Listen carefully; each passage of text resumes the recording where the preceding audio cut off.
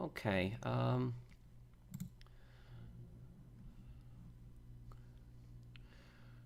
okay, one moment here, everyone. Make sure that everything here is working fine.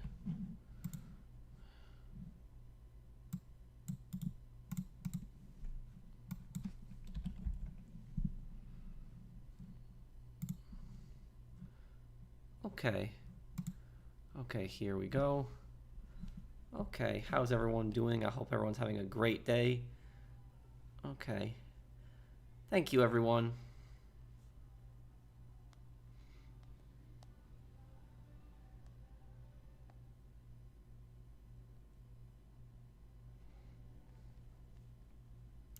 Okay. How is everyone doing? I hope everyone's having a great day. Okay.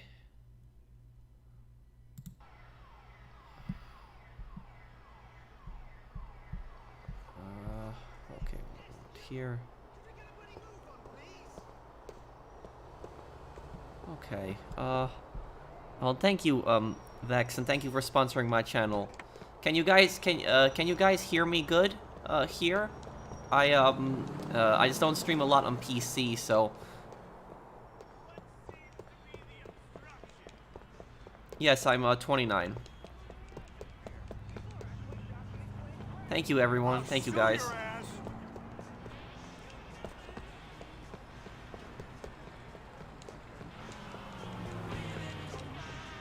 I'm robbing you. How's everyone today? Is everyone having a good day? Kill you. Get your dirty fucking hands off me, you peasants!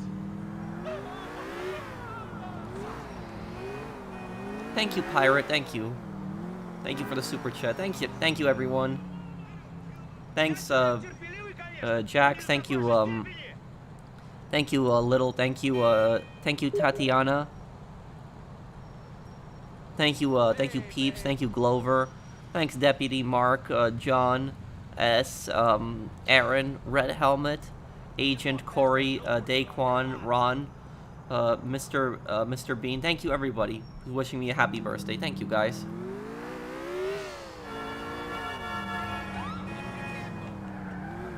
Patrick, it's Roman. Let's go bowling for birthday. Oh, thank you, Patrick.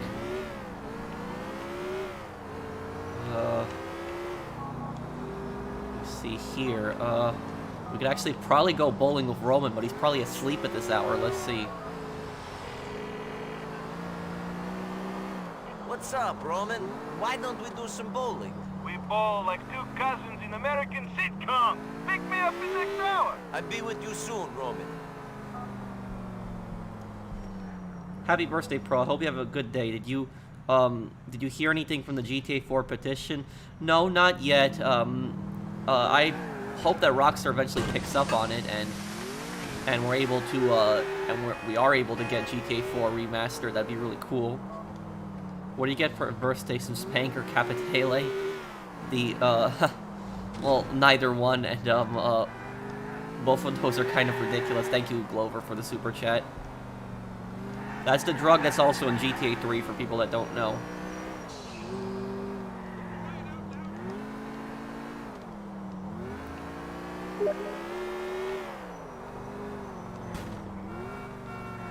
GTA 5 Mercenaries discussion, what do you mean?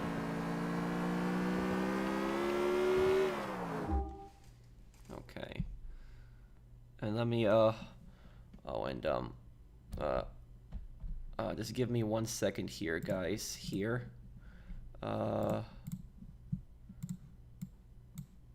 Update, my, thumbnail, also the guy with the little hat here. Okay. Happy birthday. Keep doing what you do. You're the best. Hoping the petition for GTA 4 pulls through. Thank you, Markellos. Thanks, man. And thank you, Rashawn. Hello, Pro. Happy birthday, man. Thanks a lot for giving us awesome videos every day. You are a good human being. Keep up the good work. Thank you, Rashawn. Thanks, guys. Let me go get Roman here now.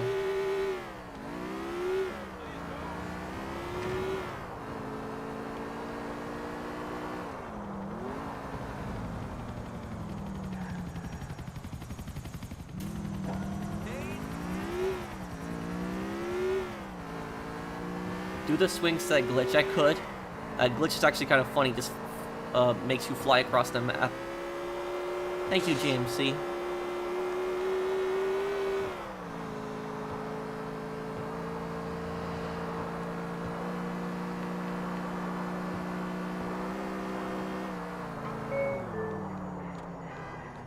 Happy birthday, Pro. Hope you have a great day. Thank you, Aussie.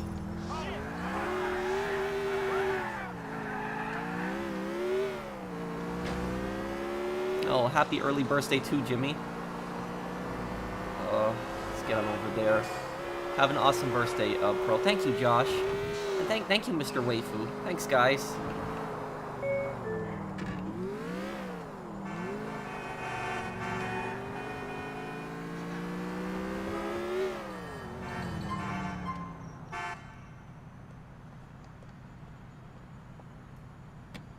No, I didn't really do much today. My one and only cousin, except for the other ones. Let's go. What do you think about America, Niko? Tell me straight. You love it, no? I don't know, Roman. It is the same as any other place, only louder. People don't know how to shut up here. I bet you would like to teach them, wouldn't you, cousin? But you can't. Or at least you can't teach everyone. Really, you don't like it? The lights, the titties, the food, the opportunities? Come on, Niko, it's kind of incredible. It's stupid.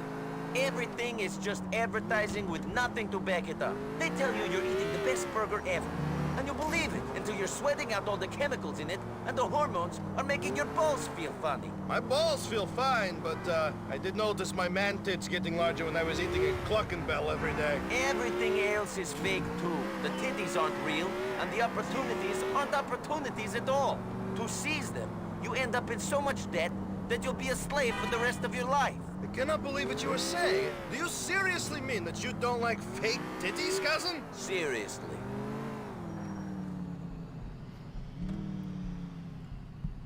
Well, thank you guys for the super chats. Thank you, Damos. Happy birthday, Patrick.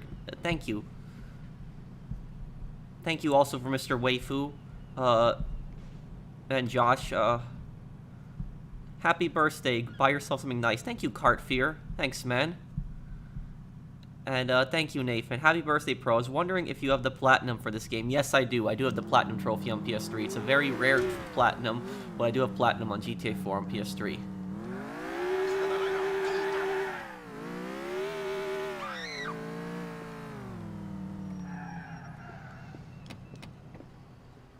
Happy birthday, Professional, my homie, you the GOAT, bro. Thanks, thank you, Alize.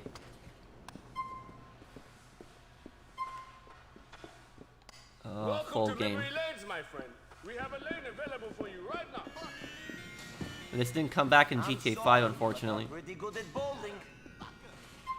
Yes, it's kind of more like a kind of like an award certificate that Rockstar gives you. But yes, I do have that.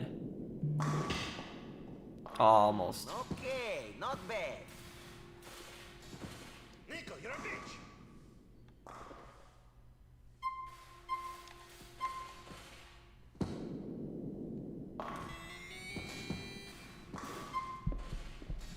Thank you, Viper. We will probably get a GTA 4 remaster after GTA 6.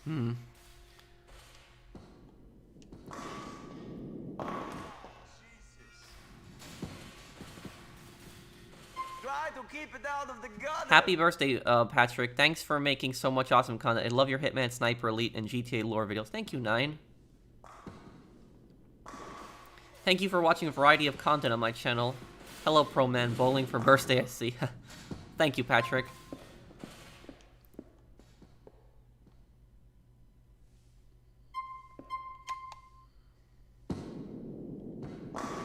Great. Yes. Try.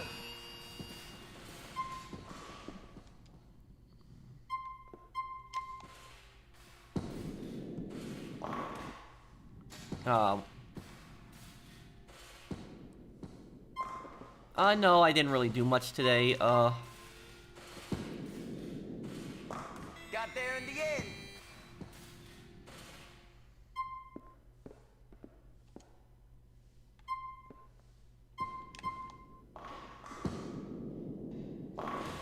Leaves me with a bit to do.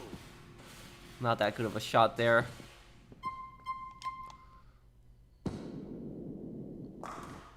Aw, damn, that was not a good one.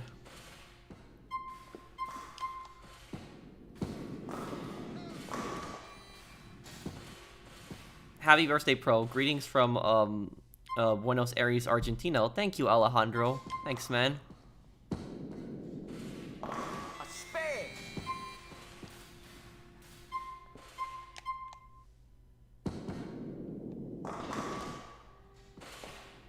Yeah, you gotta hit it a little bit to the side of the middle to get the strike.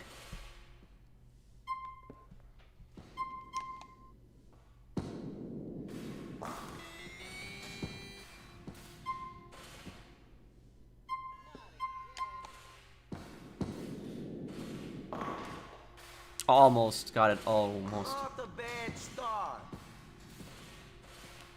Hey, Fernando. Yeah, there's a lot of games in this that weren't brought. Oh man, that was a terrible shot. There's a lot of games that actually were in GTA 4 that weren't brought back in GTA 5 for some reason. Hold on. Yes. Strike.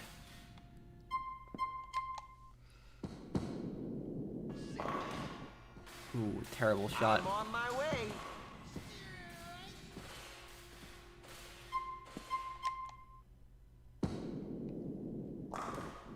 That was a good one. Got.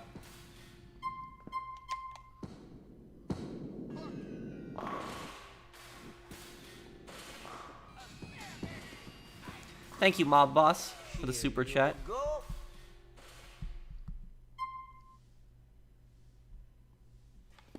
Happy birthday, Professional. Please forgive me for I've ever done. I'm very sorry. I love you. Well, thank you for the super chat, Viper. But what have you done? Well, it's thank you for the super chat. I do appreciate it, man.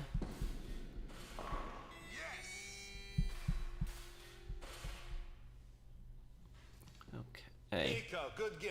You're good at bowling, and I'm good with the ladies. We both have skills. Take me back, won't you?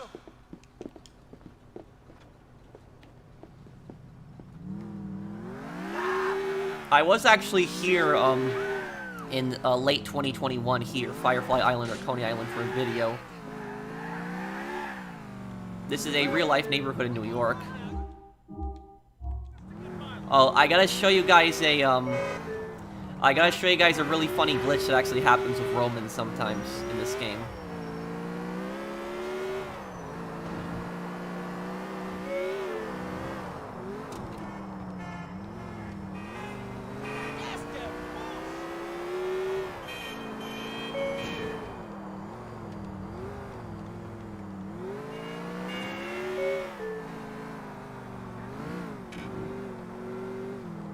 No, thank you, Dragon Lady. Happy birthday, Professional. I hope you have a wonderful birthday. Thank you. Thank you, I appreciate it.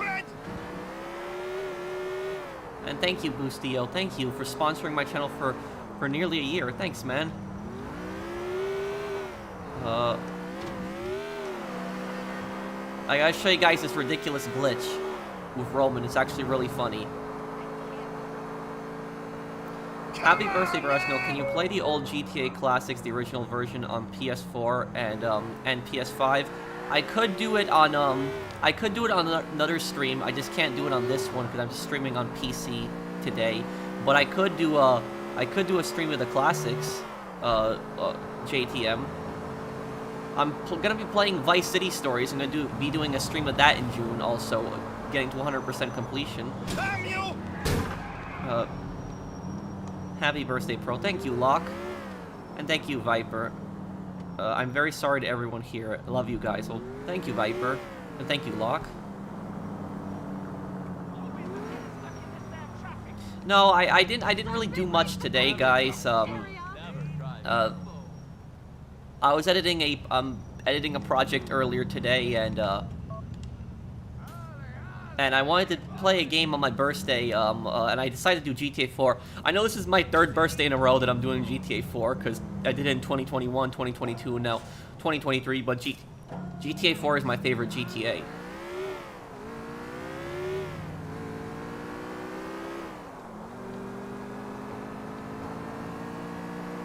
Yes, I'll do Mafia 3, but I want to do Mafia 1 and, Mafia 1 and 2 again, and then we can do 3. Come on, man! Faster!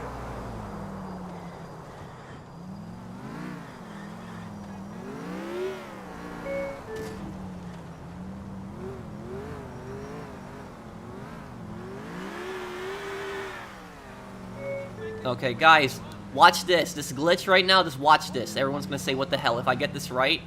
God. Later, Niko. Give me a call sometime, okay? I'm sorry, but that is mine! You really should not be doing this. That's a glitch that you get sometimes where Roman will actually carjack you, and he'll even curse at Niko when he does it.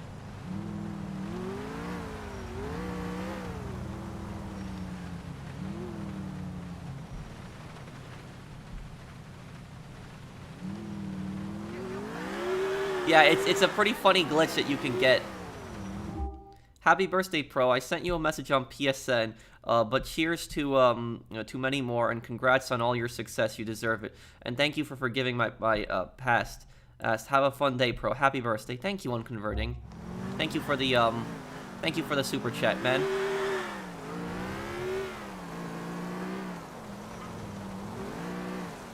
And it's okay.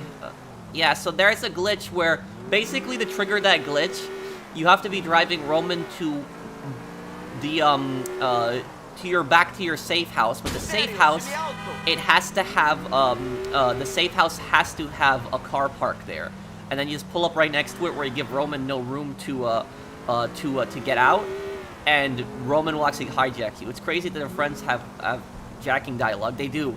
So all of the friends in this game have carjacking dialogue, which is very rare, but they do.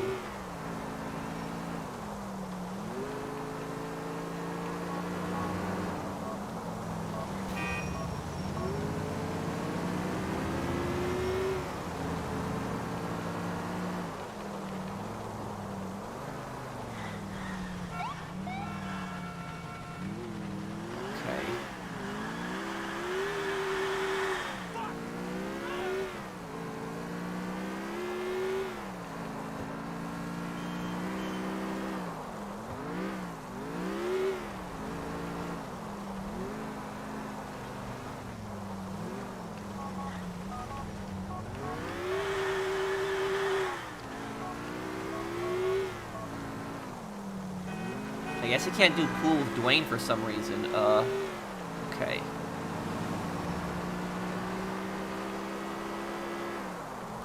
Happy birthday, Oz. Thank you, Feline King. Thanks, man.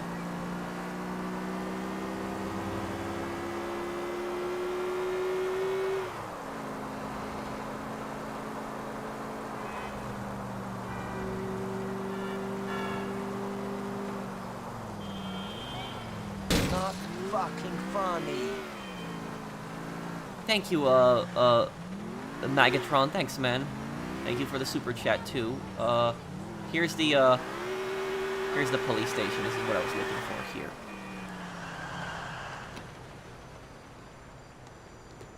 You know, Liberty City always has that creepy atmosphere when it's raining in this game. I just didn't feel that same vibe from GTA 5 when it rained.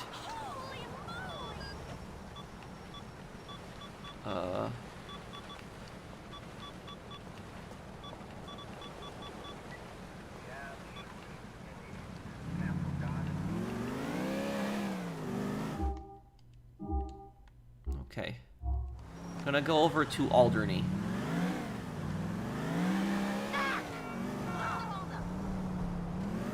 Thank you, El Brolo. Thanks for the super chat, man.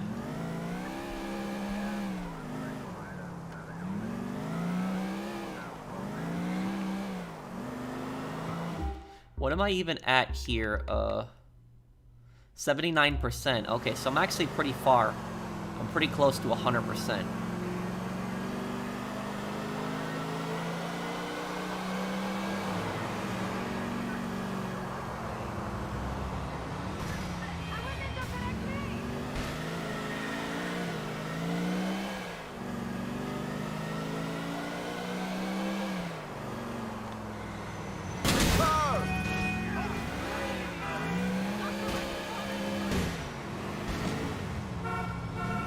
Yeah, this is based on the Holland Tunnel in real life. If you actually use GPS in the Holland Tunnel in real life, the GPS actually doesn't work in the tunnel.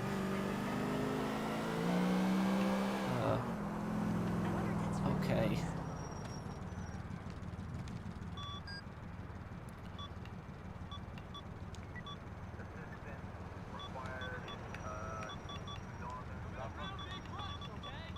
Okay, all these guys are dead.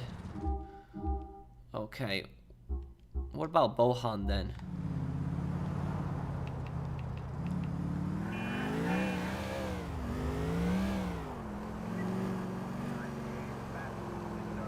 Where would you rank GTA San Andreas in your top GTAs? Here's what I'll say. I think that a lot of the GTAs, I think that a lot of the GTAs do, like, the best thing at something. I think that GTA 4 has the best story in the series.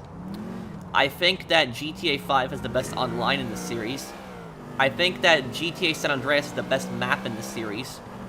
I think that Vice City Stories and Vice City have the best money-making activities in the series. I think that GTA 3 and Liberty City Stories both are the darkest of the 3D games.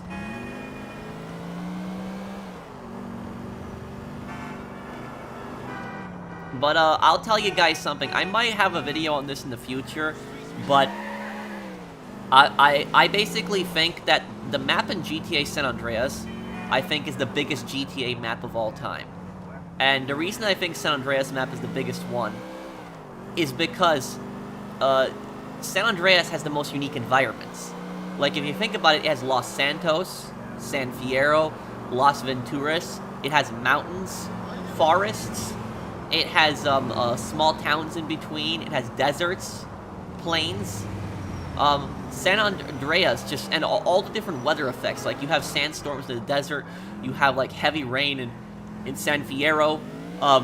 So, with that alone, I think that San Andreas is the biggest map ever in GTA, just with the amount of content alone. Because when you think about GTA 5's map, technically, while it's bigger on paper, a lot of GTA 5's map is just mountains. Like, there's nothing there, where San Andreas had, like, tons of content in those areas.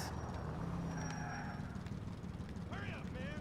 Got me a young freak waiting.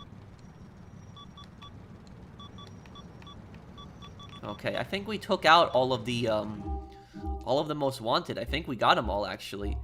I think we did it my last birthday on this, but...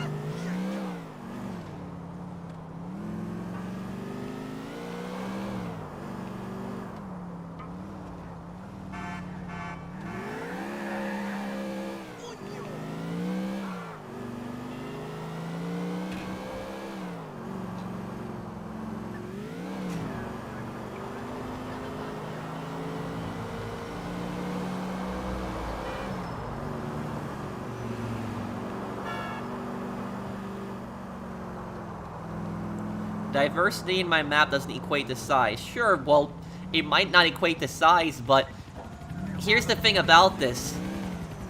If I give you two maps, right? And I give you one map with just one big city, maybe a few towns, but then all I do is I just do mountains and hills. And there's like nothing up there. No buildings, nothing. Just mountains and hills. That's very easy for me to make a map like that. Well, I'm not saying it's easy, but much easier in comparison to making a map with a desert, forests, mountains, tons of small towns, and 3 cities.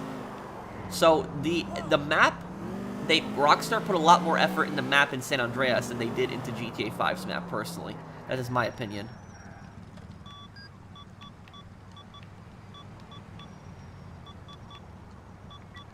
Okay, so looks like the most wanted are dead.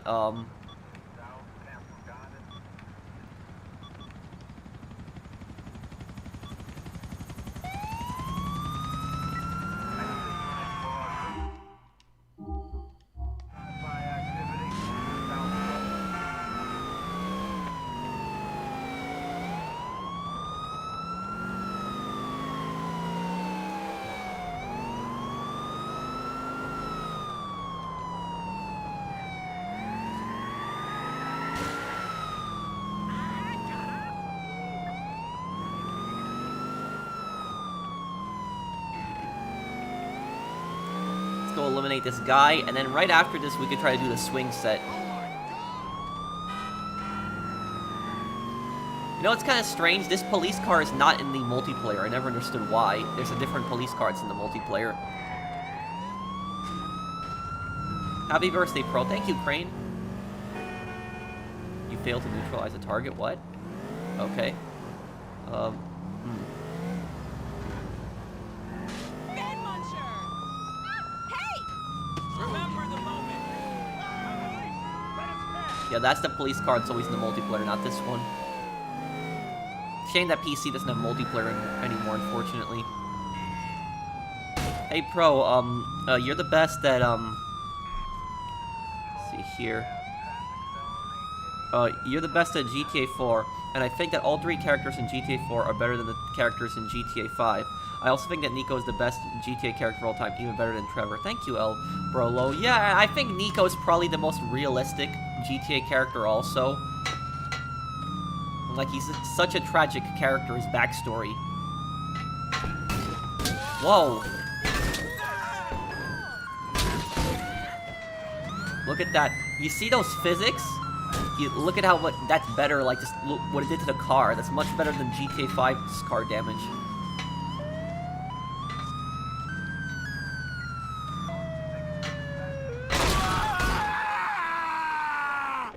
Oh my god.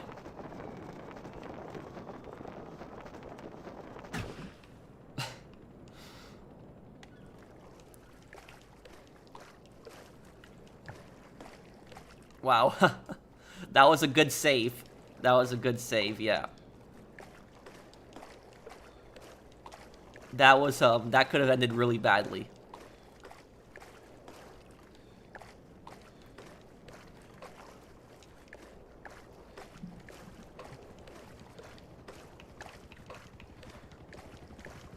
Where, can you play Kane and Lynch? Well, Kane and Lynch, Kane and Lynch 2 is on Steam.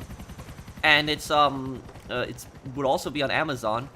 The multiplayer, I'm gonna be doing a video. The final part of Kane and Lynch 2 will be up tomorrow, and I'm gonna have a video on the multiplayer too.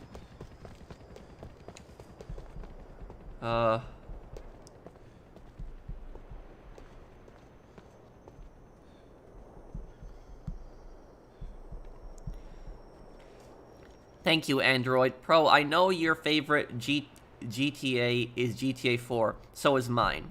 But do you have a second favorite GTA? My second favorite is San Andreas. What is your second favorite GTA? I would... My second favorite GTA would probably be Vice City, because I just like the 1980s. And I just like the 1980s, and also because of just the businesses, the empire, the criminal building. Third favorite would probably be San Andreas.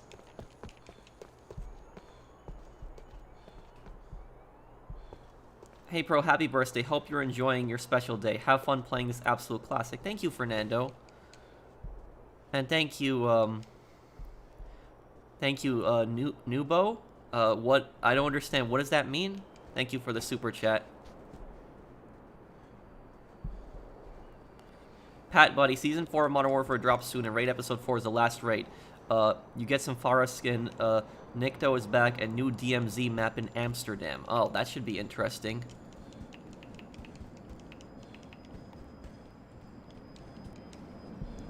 Yeah, the Alcatala is probably going to do some kind of attack there. That's probably going to need a background behind it. I hope they're not taking away Ashika, though. Thank you, Melon, for the super chat. And hello, Robert. Thank you. Thank you, guys. Thank you, everybody who's wished me a happy birthday. Thank you, guys. No, look, I'll tell you, GTA 4, I think, has plenty of fun activities. But do you know what I think the worst thing about GTA 4 is? I think most people can agree with me on this. The worst thing about GTA 4, I would say, is that the economy. I think it probably has one of the weakest economies in the GTA series. Because when you think about it in GTA 4, there's nothing to really spend your money on. There's no cars, properties, investments. There really isn't anything to spend your money on. That's definitely the worst part about GTA 4. Like, I think this is the best GTA. I do. GTA 4, because just the map and the story and the realism of this game. But I think the worst part is just the economy of GTA 4. I think that's the weakest part of the game. But the reason that you can't spend money on that many things in GTA 4 is because Rockstar was going for the ultimate realism in this one. Because if Niko started spending his cash around like crazy, and just started buying, like, you know, supercars and just all of that other stuff, you know, the feds would be on him like that.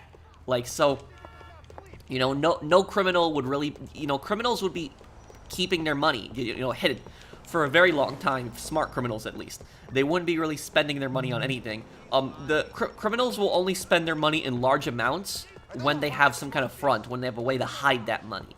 Because when the government sees that, you know, somebody with no job is all of a sudden buying supercars, they're going to start investigating that person, and they're going to get that person really quickly.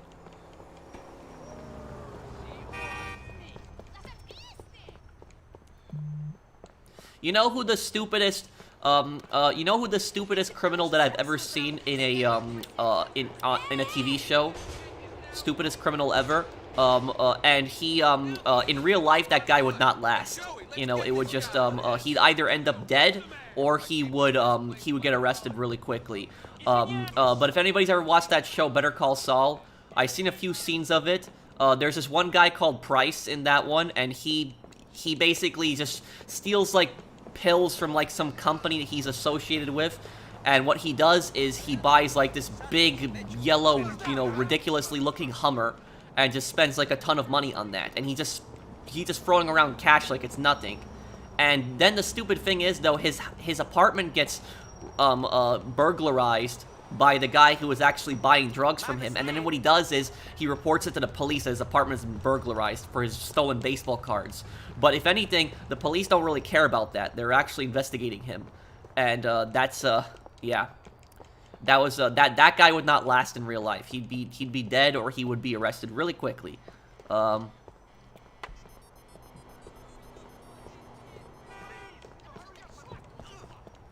You know, I gotta do a YouTube video on this, guys, but GTA 4 has the most amount of content of any GTA game in the storyline. So in just the storyline alone in GTA 4, it has the most amount of content because there's so many choices when you think about it. All the choices that you have in GTA 4, but also in GTA 4, almost every single mission, there's a fail call. Almost every single mission, there's a fail call for it. And the fail calls can actually get really funny, and I'll eventually do a video on it. And some missions have even like 3 or 4 different fail calls. So those voice actors did some really, really good work. And the thing is, some of these fail calls that you get in GTA 4, like, it'd be impossible to get them otherwise. Like, you have to be completely stupid or intentionally trying to fail. That's the thing about that. But some of the fail calls are really funny. Do you guys have a no-carb menu coming soon? Good prices, good prices. That means thanks a Hot lot. dog, good price. Whoa, what the? Can I have that one, please? Half price for you. Thanks a lot. $5 for a hot dog. Nah, well, that's actually kind of realistic for New York prices.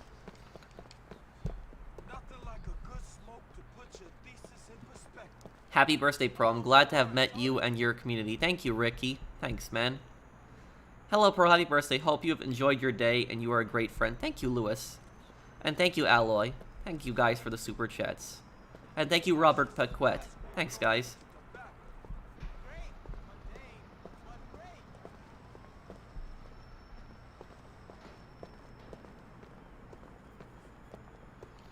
Faustin confused on Dimitri dying is a funny call. Yes, it is, and I'm eventually gonna have a video on that.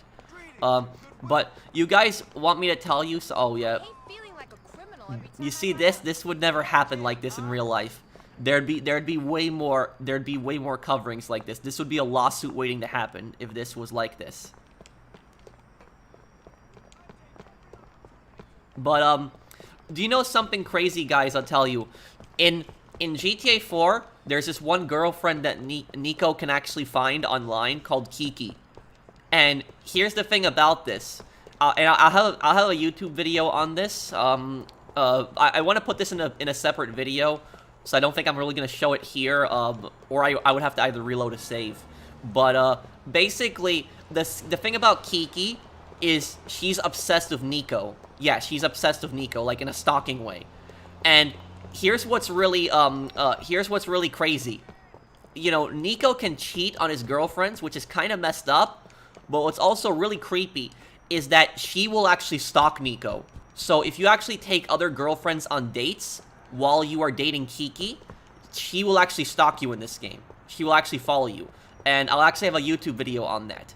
But that's like a really crazy detail that I haven't seen in too many games. Something like that.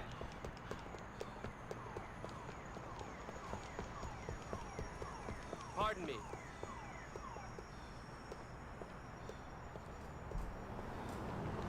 What's the next game after Kane and Lynch 2? Probably SOCOM 2.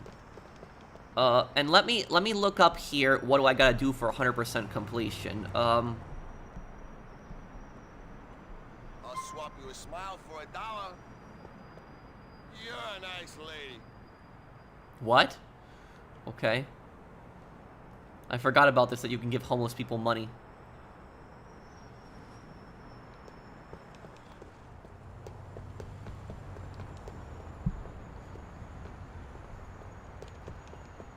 But, what I would say, guys, is that don't ever give homeless people money on the streets in New York. I know that might seem like a cruel thing to say, but the reason that I'm saying that is because in New York, there is so many scams of just homeless people. Well, they're not even homeless, but they're pretending to be homeless. And the scams have gotten so out of control where people will be in the same spot every time, and they'll be asking people for money. And so some of these scammers, they will literally make like $1,000 a day. I'm not even joking, just from doing nothing and just being on the street and asking people for money.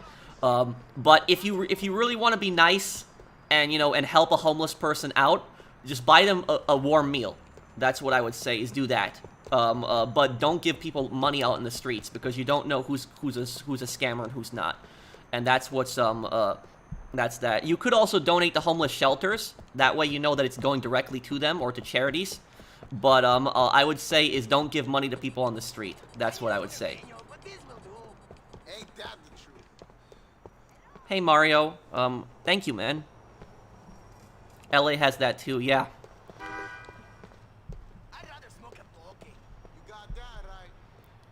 Thank you, Mobinator, for the super chat. Happy birthday, Pro. I hope you're having an amazing birthday and have been here since I have seen 2018. Thank you, Mobinator. Thanks, man. And Mobinator, you're friends with Gretty Gaming, right? Correct me if I'm wrong. Please forgive me, guys. I've betrayed trust. It's okay, Viper. Thank you for the super chat. Thank you, Blind Eagle.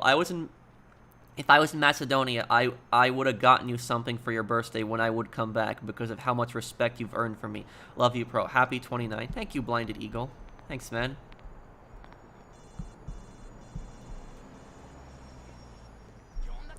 But yeah, remember what I said, guys.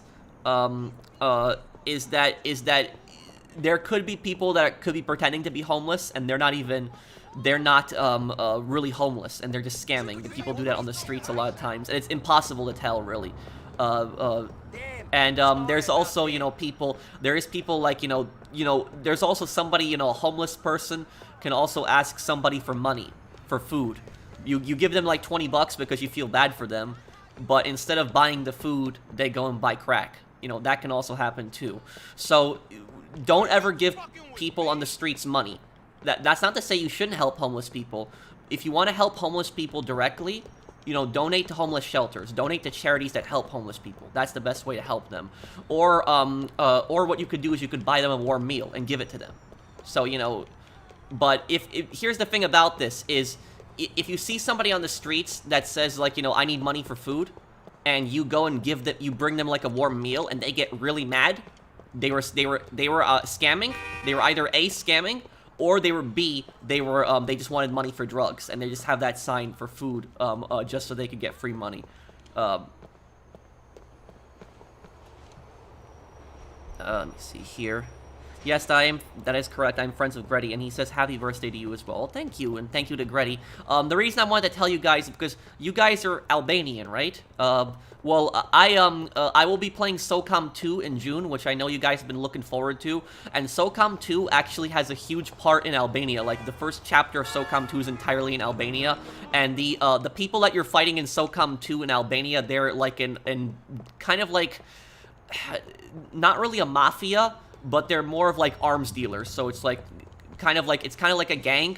of like just arms dealers, but I think you guys will like it, that part. And there's also one part in SOCOM 3 in my parents' country. There's a scene in Poland, so there's a chapter in Poland, which I don't know about the Albanian part, but the Polish part, I can tell you in the Polish part in SOCOM, the Polish characters in the SOCOM part speak really good Polish. Like, it sounds like really good. Like, they actually got actual Polish people to speak Polish. And a lot of games actually don't get that.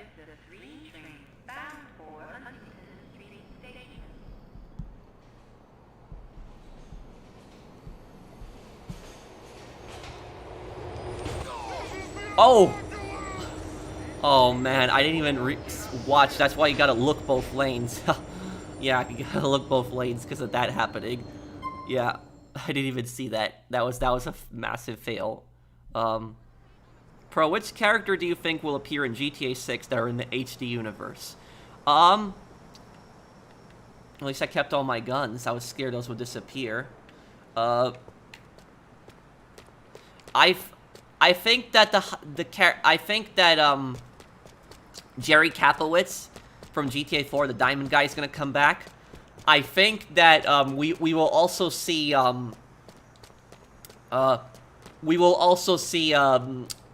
what is it? El Rubio. El Rubio from GTA Online. I think you'll see him in Vice City in the next one. Because he definitely has connections in Vice City.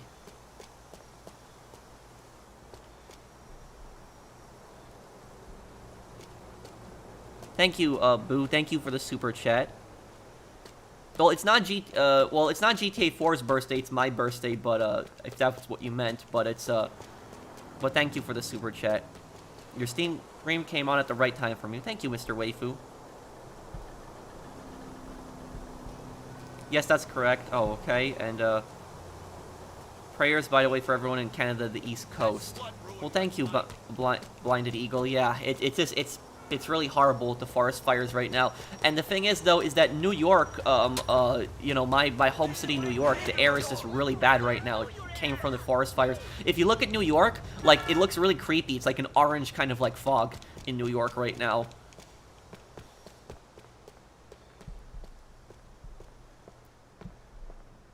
Prayers, but, yeah. Thank you, Blinded Eagle. And thank you, Dreadnought. Happy birthday, Pro. I just, Sniper Ghost Warrior Contracts 2, not gonna lie, I had fun. Yeah, and I'm gonna do a video on that. I'm actually an American and Gretty is Albanian. Oh, okay, Mobinator. And thank you, Project Game Plan. Thanks, man. And thank you, Buckbeat Gaming. Happy birthday, Pro. I hope you had a great day. Thank you, man. Thank you, Blinded Eagle. Finally, 100% Spider-Man 1. Man, it feels good. All I needed left was completing a New Game Plus file on Ultra Difficulty, and only the main story. Pretty easy. Yeah, I think I don't know about Spider-Man, I haven't played that one, but the hardest, what is it, the easiest game I've played on the hardest difficulty probably have to be Mafia 2. Mafia 2 actually wasn't that hard on hard. Thank you, Mr. Rafe. I remember dying to a train when killing Lenny. Yeah, because a train will actually pass by you right away. Thank you, Sanchez. Hi, Pro. Are you and Niko and Roman going bowling later for your birthday? Did you know that you can find Johnny Klebitz alive in Los Angeles? I've really been enjoying your Crime Boss walkthrough, Pro. Keep up the good work. What do you mean, you can find him alive? Are you talking about in the main story? Have you seen the Heart of Liberty City? I have, Feline King. I could actually go there a little bit later. Happy birthday, and also, have you ever thought about, covering Bully Scholarship Edition? Yes, I have, General's Alert. I will actually do, Bully, a playthrough of it sometime probably this year. Thank you, Jonathan. Happy birthday to you, Pro. Thank you for working hard to make great content. Great things happen to great persons like you. Enjoy your day. Thank you, Jonathan. And thank you, Juicius. Thank you. Happy birthday. Thank you, guys. Thank you, everyone. I really appreciate all the donations. Thank you, Victor. Thanks, man. Is my game lagging? No, I don't think so. Is my game lagging for anyone else? I think it's fine right now. And let me look at what I have to do for 100% completion here. Let's see here.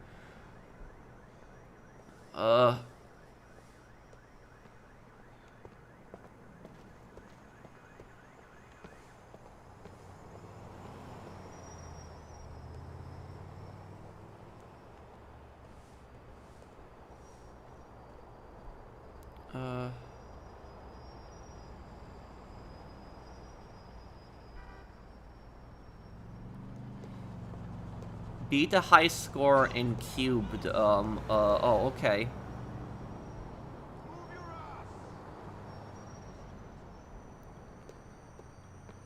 Okay.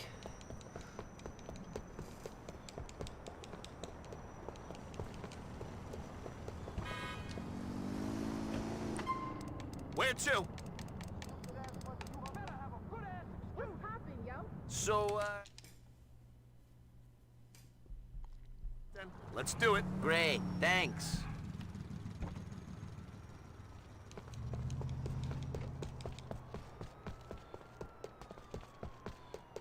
You know, one thing I really wish? I wish you could have kept the Roman taxi missions. Like, I really wish you could have kept that, because if you don't do that early in the game before Roman's cab depot gets destroyed, you can't do it anymore. No, I'm not using any mods.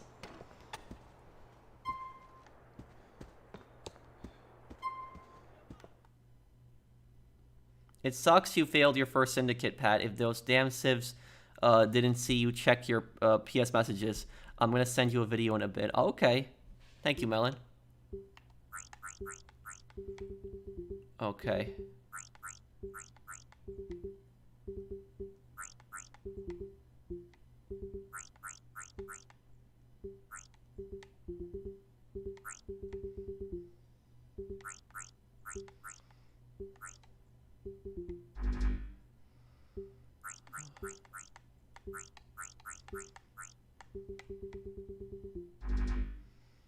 Okay.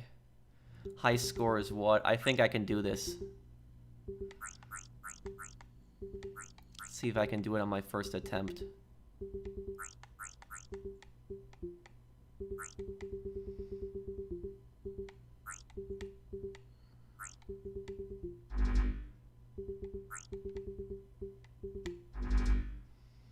Okay, we're doing really good so far.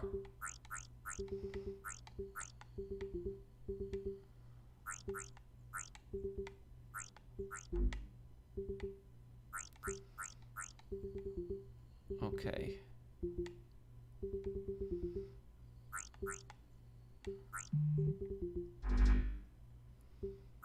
Okay.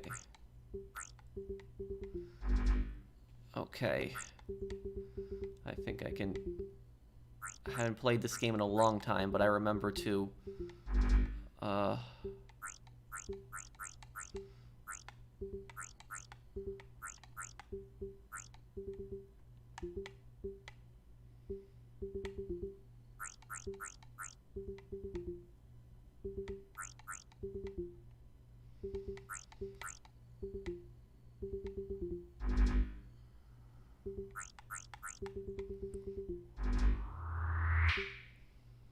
Okay.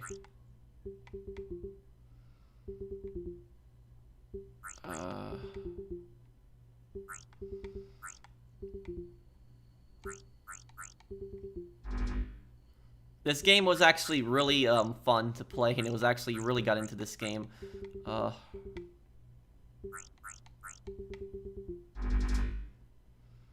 Okay.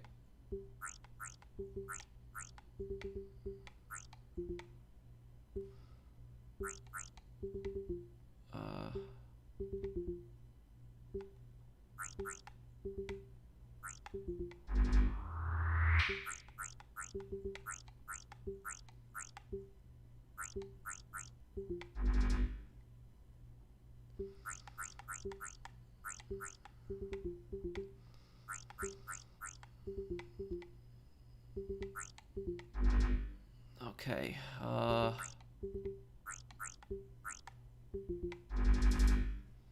there we go. Okay, now we're clearing this. Oh, pink. I haven't gotten pink before yet. Okay.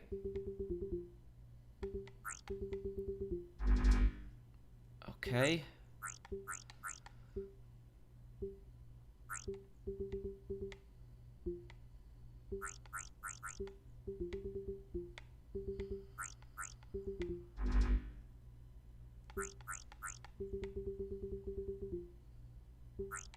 I got unlucky there. Okay.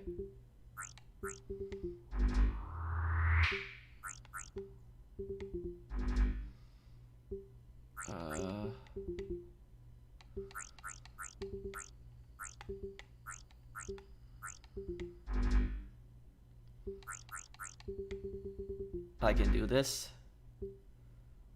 Oh, whoa. I wasn't looking at the chat before.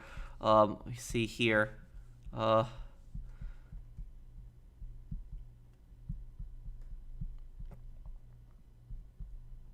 Thank you, Blinded Eagle. When you do play SM1, the one tip I'll give is if you're gonna do Spider-Man 1 New Game Plus walkthrough, play the story DLC. You can have all the suits mods. Playing on Ultra was really easy too. I died about 25 times. Thank you, Blinded Eagle, and thank you, Carter. Carter, wow. Special shout out there to Carter did us. Thank you, man, Carter. That is the largest super chat. That is the largest donation that I have seen in a very, very, very long time. That might actually be my largest donation of all time. Is it? I think it might be. Carter, you think you might have broken a record for the largest donation on my channel, I think. Well, thank you so much, Carter. I really appreciate it. Hey, Pro, last week I got my spleen and gallbladder out, and your videos have always made me happy, and I just want to thank you, and happy birthday. Thank you, Carter. Thank you so much, man. I hope that you feel better. I hope that everything goes well for you, and I wish you the best. Thank you so much, Carter. Thank you. I really appreciate it. Thank you. You really made my day today. Also, thank you, Carter. Thank you, man. Thank you. You are just absolutely awesome. Thank you, everybody who has donated today. Also, thank you, Carter. Happy birthday, Pro. I sent you my best regards. Thank you, Jackie. Happy birthday, the Pro. Glad you are giving GTA 4 some love, respect. Thank you, Aaron. And thank you, Kevin. We need GTA 4 remaster as ASAP. Long overdue. We do. Thank you, Carter again. Thank you, man.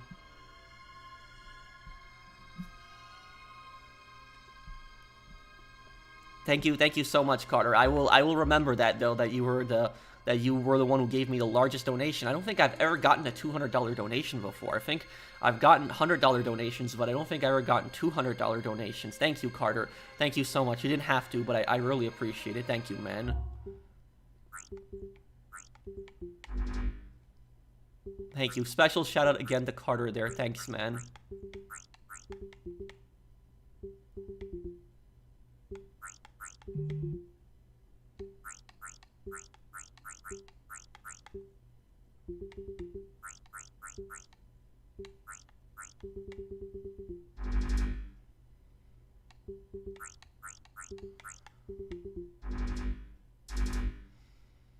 Thanks, Carter.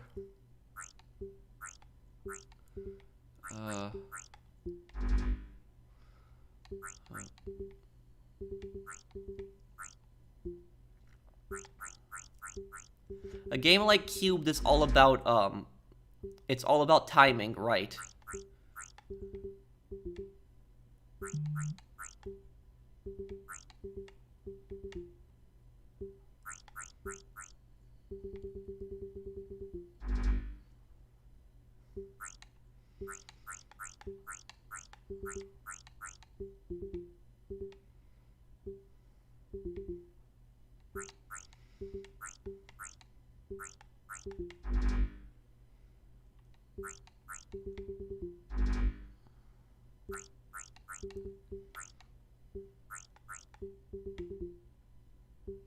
Oh, orange. I haven't gotten that color yet.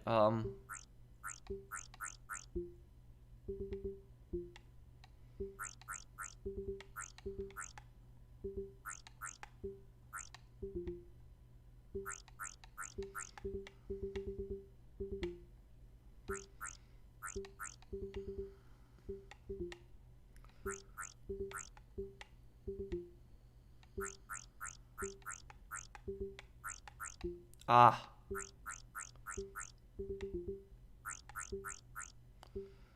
Oh.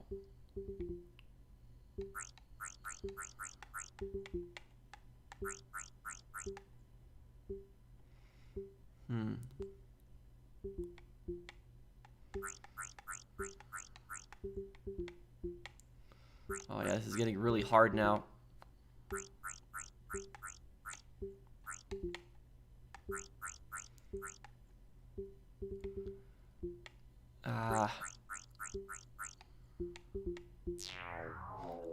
Damn. Okay.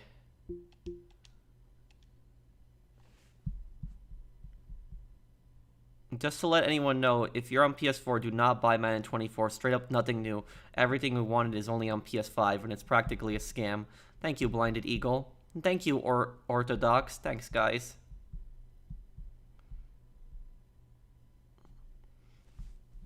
You still here, by the way, Carter?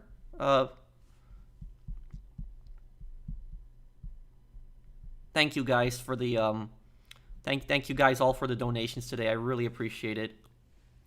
Let me try. We're gonna try one more time to beat this, because I think I can beat this.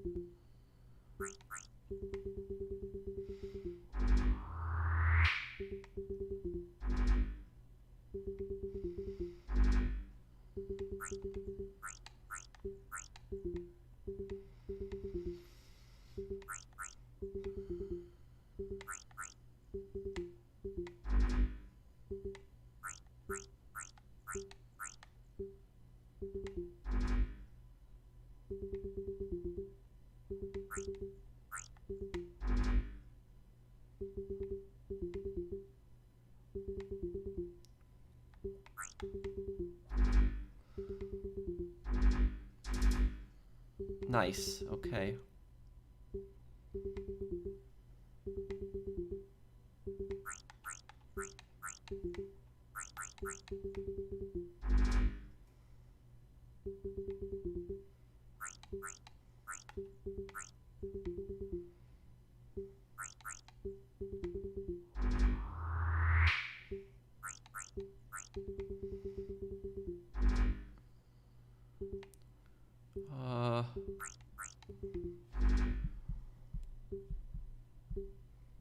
Thank you, Ram. Thanks for the super chat.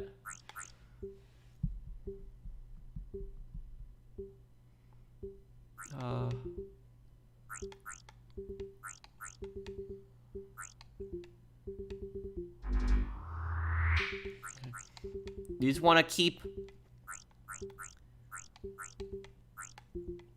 You just want to keep these blocks from building up too much. You don't want them to get too big.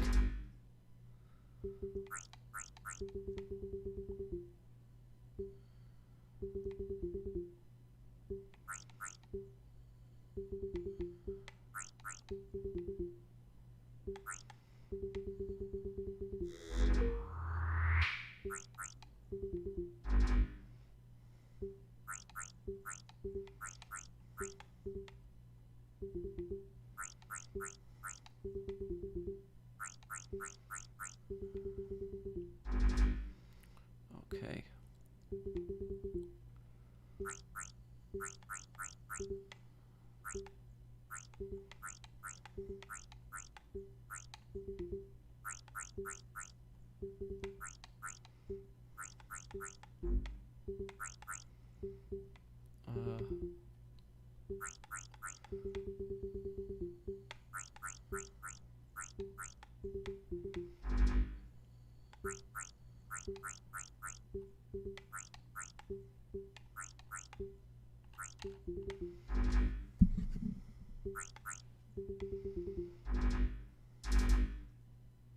Okay, that was a nice one there. Okay, we got it.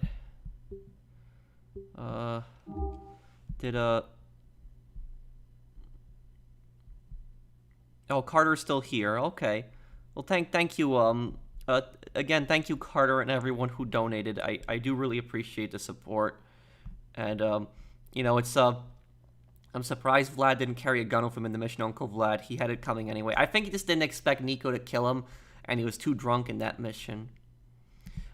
You guys with your donations and your support of my channel over the years, you guys have helped me out so much, and helped me get out of a bad situation when I used to work in retail, and I just wasn't happy with the environment that I worked in years ago. But I'm just so happy that I can do stuff like this today, and make guides for some of my favorite games and do videos and lore content for my favorite games, that you guys enjoy it and hang out with me on my streams. It does put me in a really good mood, and thank you everyone for that.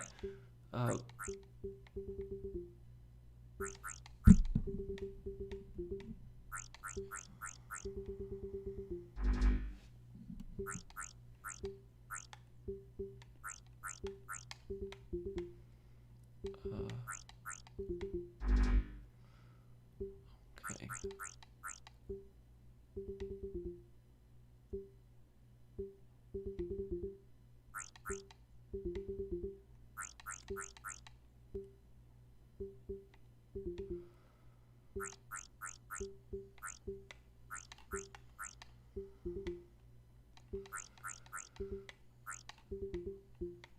Okay, this is getting a bit difficult now here.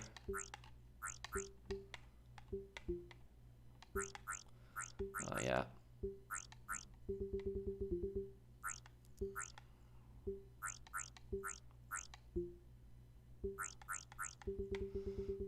Okay.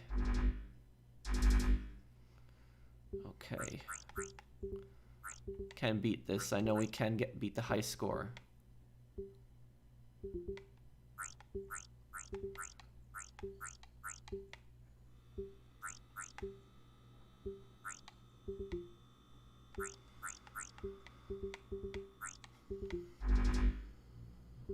Okay.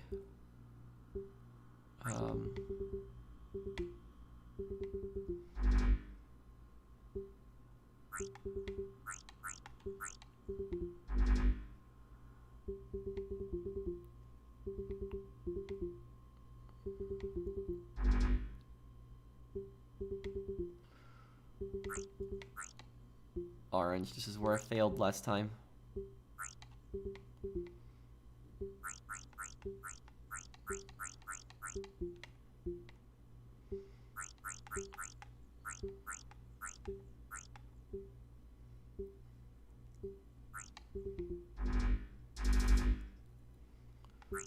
Okay.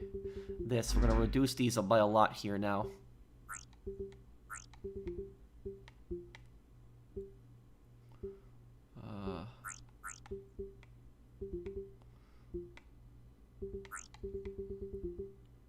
Okay.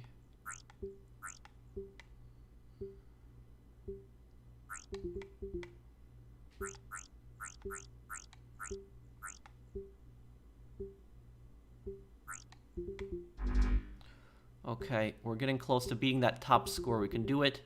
We can do it. Okay. There we go. Okay, perfect. This is going good now.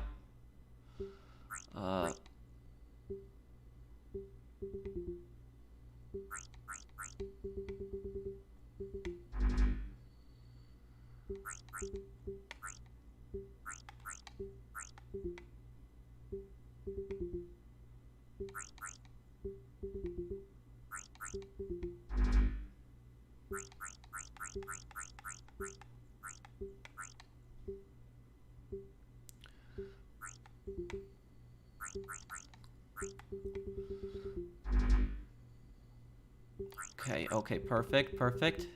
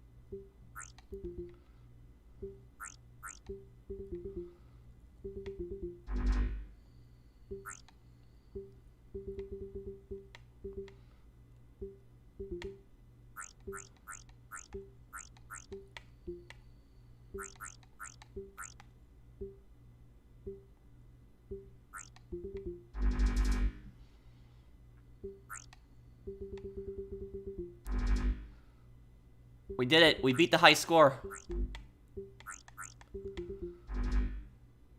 Okay,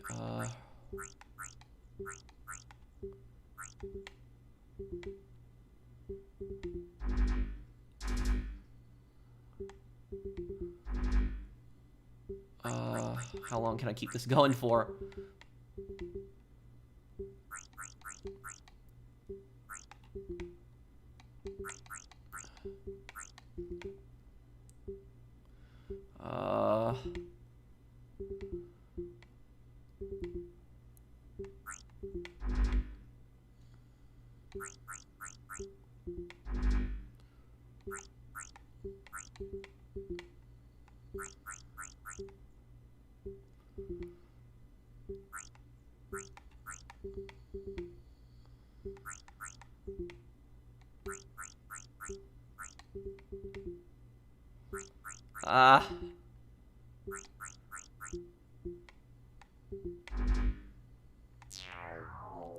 Okay.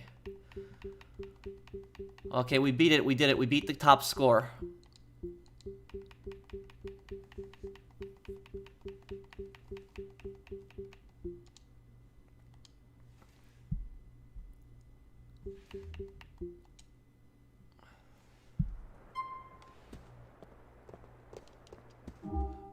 Let's see here. Yeah, so we're at 80% completion now. Let's see here.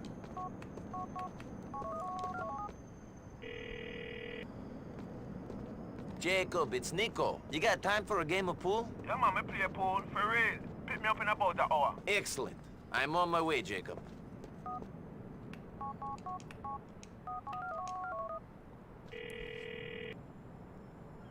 Roman, is your cousin.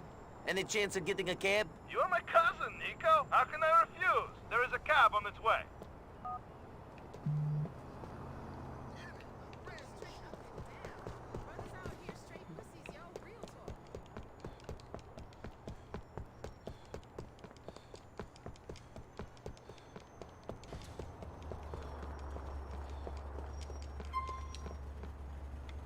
Oh, hold Y, right. So we need to go to Herb Street. Enjoy your shitty freeloading life. Oh, man. Oh, thank you, Problem. Thank you for sponsoring my channel. Thank you, man. And thank you, Addicted to Cap. Happy birthday, Patrick. Watching you grow all these years has been amazing, and you inspired so many. I wish you nothing but the best in the future. Thank you. Thank you, man.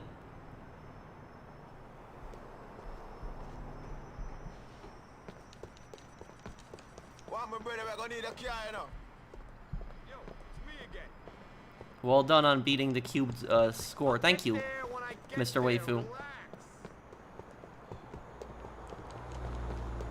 You know what the funny thing is? When you just steal a random car, your friends are like perfectly fine with you doing that.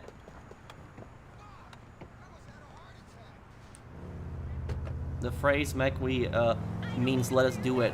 Oh, okay. Same old, you know, getting by. Okay, How's Victor. Bad man vexing me to something wicked at the moment in the star. Won't leave him place unless him packing more heat than the sun.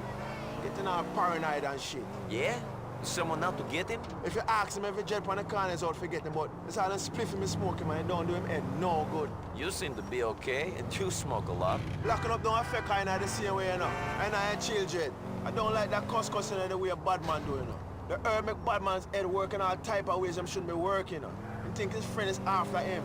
He ain't turn on me yet, you know, but one day, you know. One day. Shit, I wouldn't want to see the fight if you two went against each other. No I, Rasta, no I. Yeah, so, in this type of world, like, you know, you really don't have any friends in this type of world. You know, like, it's the crime world, there's very few people that are actually true friends. They're mostly just associated with each other for money, but they'll screw each other over the moment that they get it. Muhammad cursing out Dimitri, Playboy X, Vlad, Pegarino, Ray Bacino, Billy Gray, Brian Jeremy, Evan Moss, Rocco, Tim Martin, Bulgren, yes or no? I would like to see that. And when I was, thank you, Mr. Waifu, when I was a kid, I didn't understand, like, you know, I was a teenager when this game first came out. I didn't understand little Jacob fully, but, like, over the years, I understand everything that he's saying pretty much now. Some occasional words I'll have a little trouble understanding, but I still understand him, you know, fully, mostly.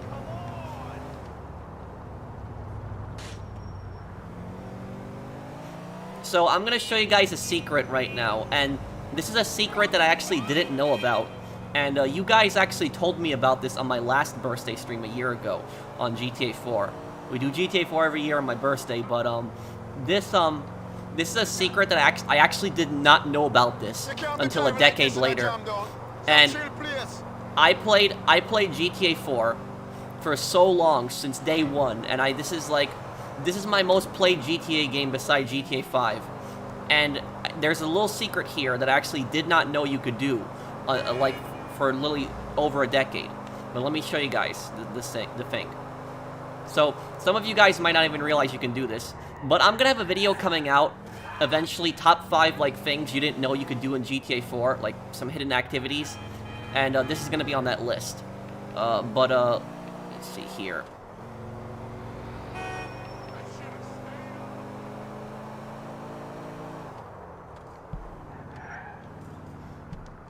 Ranking all the Saints Row gangs? Well, the strongest would be the Saints. Second strongest, I would say, would be the Vice Kings. Third would probably be the Carnales. Fourth, I would say, would probably be... What would be the strongest gang in Saints Row 2? Besides... Well, if anything, if you count Ultor as a gang, they'd be the strongest gang. But, in terms of the street gangs, strongest gang in Saints Row 2 probably be... They're all pretty strong, actually. The Rollers were kind of pushovers in Saints Row 1.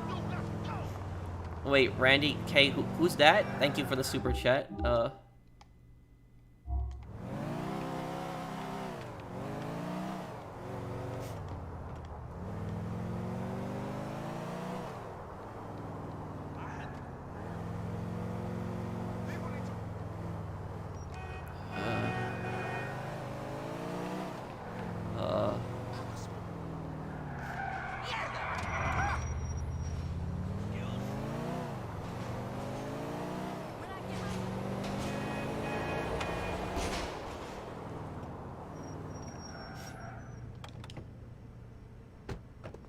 Okay, so take a look at this, guys. I bet a lot of you guys didn't know you could do this.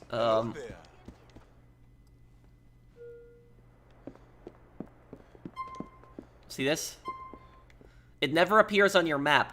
I didn't know you could do this. I didn't know that you could take friends back to your... If you own Playboy's penthouse, I didn't know that you can take friends back to the penthouse and that you can play pool it here. I actually had no idea you could do this. So, no, this is not a mod. This is not a mod. This is... You can actually do this in the base game. I don't have any mods on my thing. Okay, I'm full colors. Yeah, I didn't know about this until over a decade later. I am pretty good at playing pool.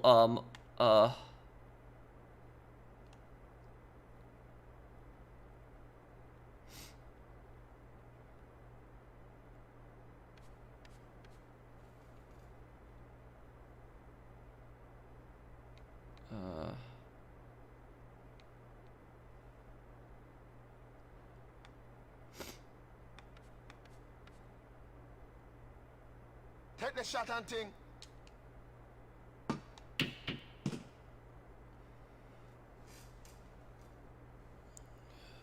Ras.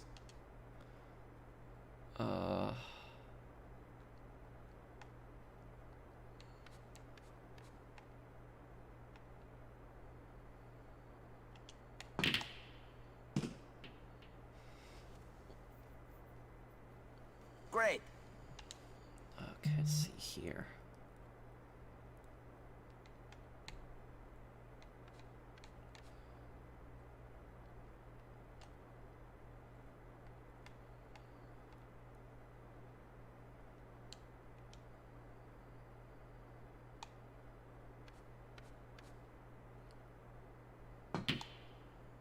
Almost.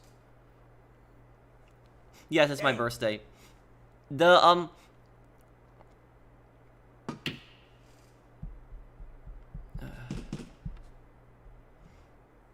Happy birthday, Pro. You guys have a good night. Thank you, Caliber.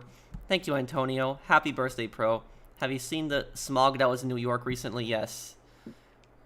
It's been, it's really bad right now.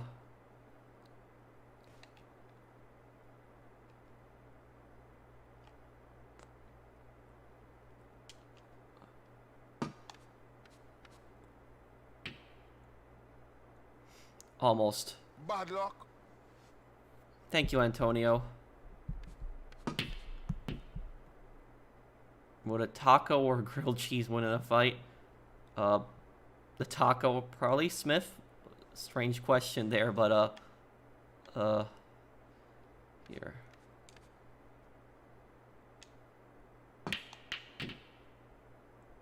Oh, come on, that didn't knock it in. You gotta be kidding me. How did I find it? Oh, my subscribers told me about this. That I could play pool in here. I didn't know about this. I didn't know that you could play pool. What's your question, Reagan?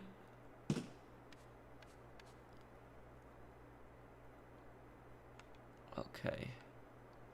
Okay, I can place this wherever I want now.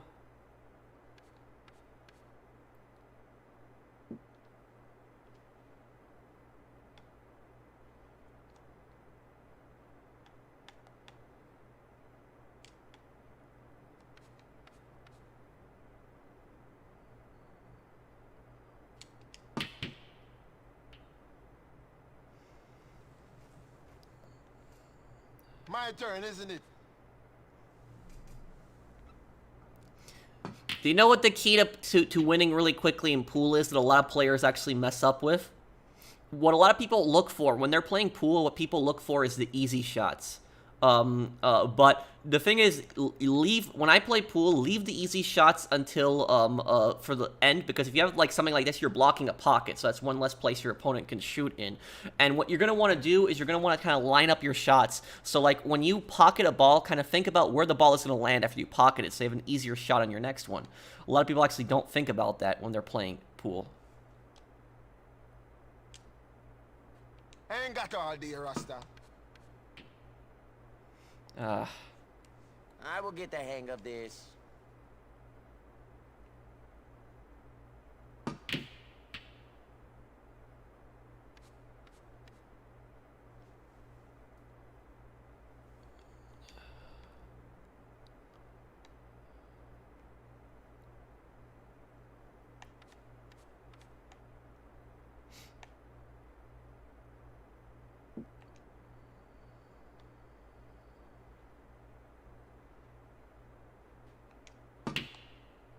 What? You foul and thing, Rasta. How the hell did that just happen? How did I knock the...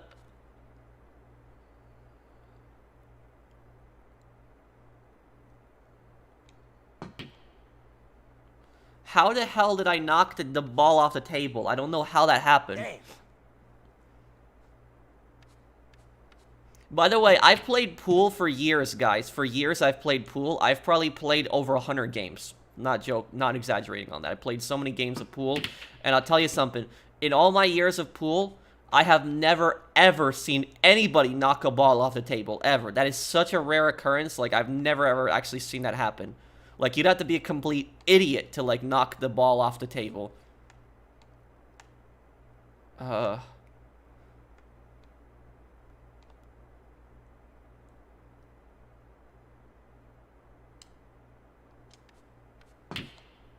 stream is laggy? Oh, is it lagging for anybody else? No, I've never been to a billiards bar. I have I have a table in my parents' house in New York. I would play against my friends and my dad a lot of times.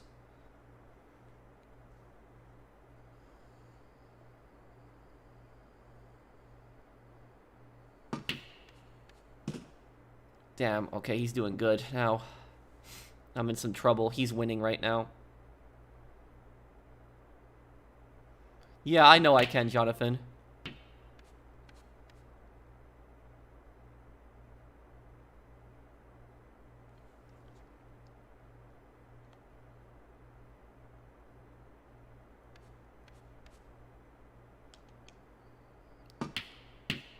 Oh, come on. Nice. You know, I'll tell you, that was probably the biggest mistake. Okay, and he knocked another one off the table now, and it just floated there. You guys see that?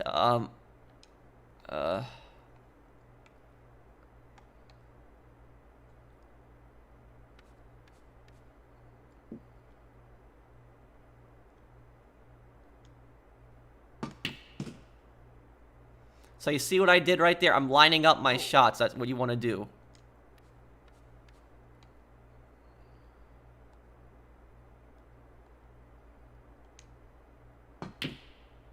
Oh, come on, no. That's a real shame, Rasta. But here's one thing I didn't understand, guys. Why did they never add billiards to the bikers update? Like, why not? Like, don't you think that billiards would have been the perfect game to add in the bikers update? Like, does anybody agree with me on that? Because, like, whenever you think of something that bikers do, like, bikers don't really play darts. I thought that was weird. Bikers play pool. This is the game that bikers tend to play. So I thought that was kind of weird that they never added, like, you know, a pool table to the Lost MC had a pool table in their clubhouse in the Lost and Damned, but I hit that way too lightly. I make things go easy to you. Well, he pocketed mine.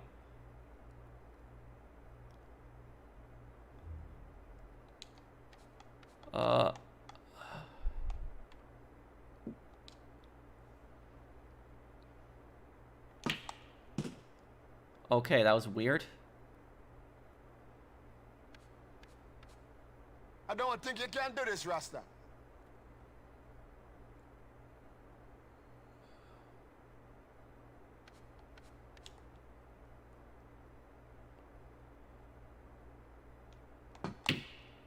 What the hell? What, the ball didn't even move? That's too bad, I think. Thank you for sponsoring my channel, Bucks. Thanks, man. Now I'm in trouble. Now this game is tied now.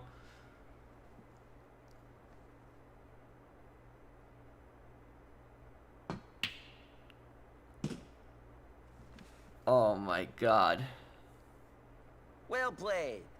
Wow, that was a really How about another one? Jacob breaking this one. that was a really good shot. Oh well, he already got a foul. Okay. Okay, let's see how quickly we can win this game. I gotta get a one pool win for 100% completion.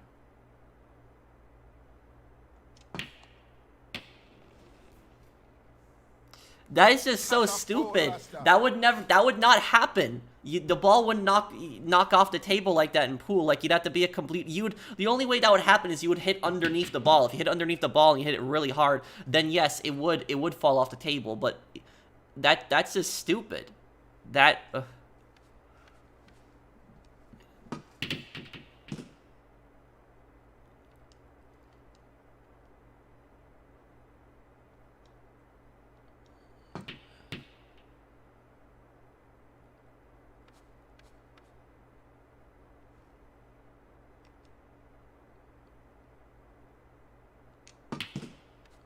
There we go.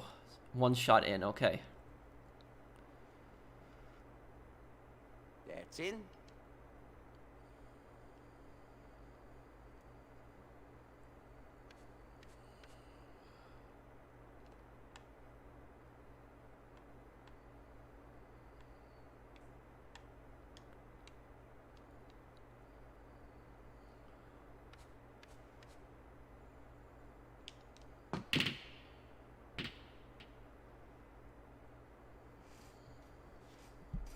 you wicked. Yeah, they didn't have pool in GTA 5, which really sucks. I'm 29 now.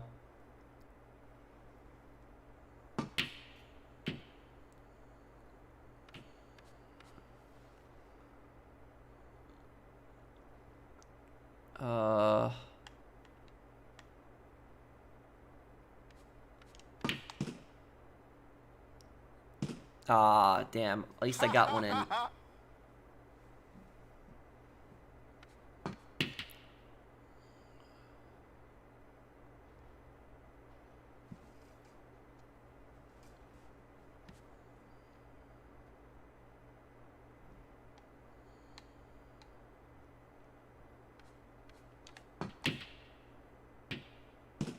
You gotta be kidding me.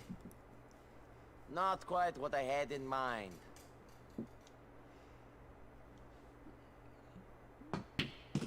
Oh, that was such an easy shot. Yeah, little... Oh my god. He's destroying me right now.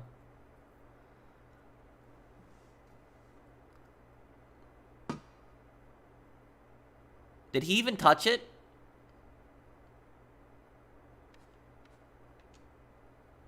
Well, in certain versions of pool, if you don't hit the black ball, you lose. But okay.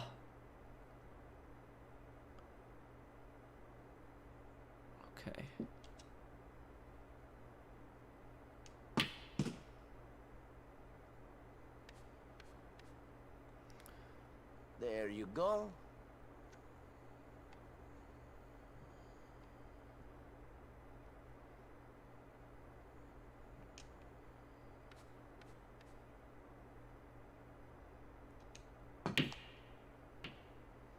That is not what I was trying to do at all. Shit.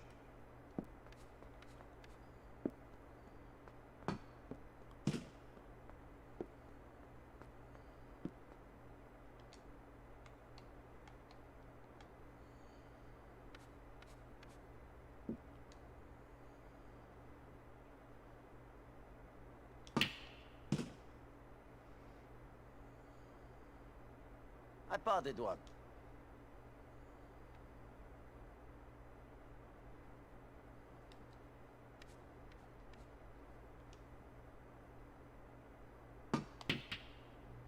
Oh, come on, come on, come on.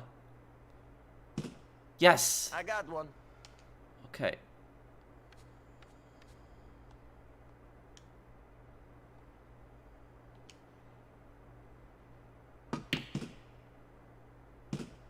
Ah, now I'm screwed. Keep our eyes on the bar, Rasta. Well, why are you putting it there? Oh, he still won, but okay, he still won, but he could have lined himself up a much easier shot than that. Dance, I've dance. Sorry, my brother. Hey man, take eye over. Yeah, the pool is just really hard in this game against the AI. The AI is really good at it. I swear, they're putting less tobacco in these days. I'm trying to tell you. Oh, I gotta take him back to a broker. Okay.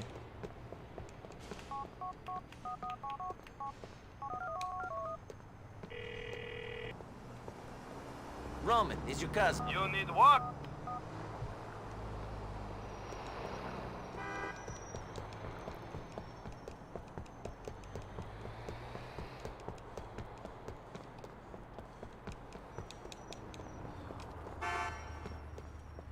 My producer always on me about quitting.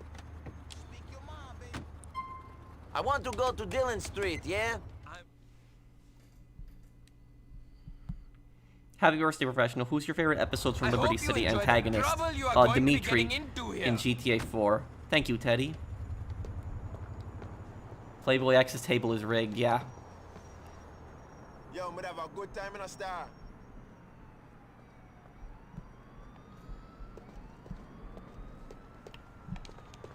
Okay.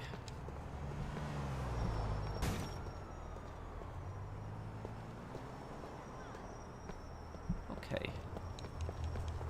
What do now here?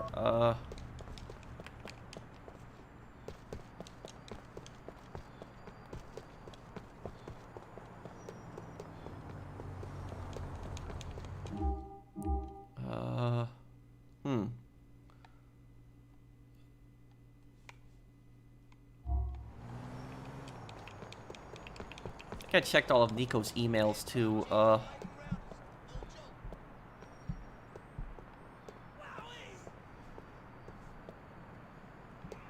Has any more retail? Hey, any more retail stores? And how has retail affect your mental health? Oh, thank you, Lopez. Well, about retail is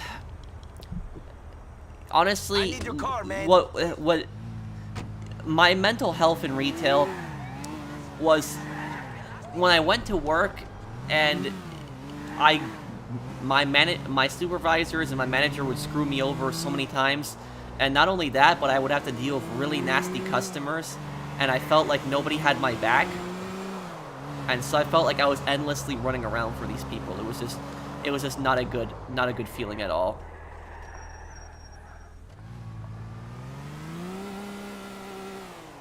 It's just when you have a customer that's yelling at you for something really stupid, and then you call the manager down, and the manager can't even have your back on that. That's when it gets really annoying. Niko, you are back to Lagan? That's right. Thank you. Thank you, Lopez.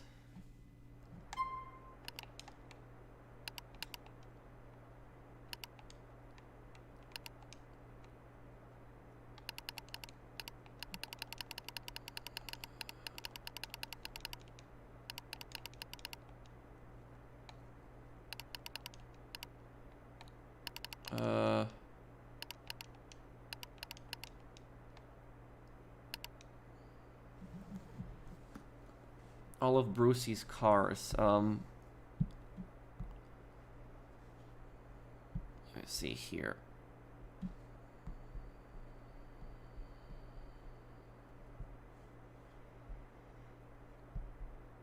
Did I even start this? I'm gonna see what is the first vehicle that you get.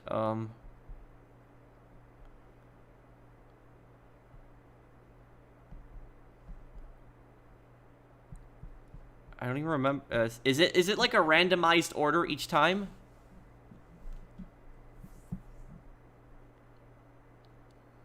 Is it like a randomized order each time, or on the vehicle that you get, or?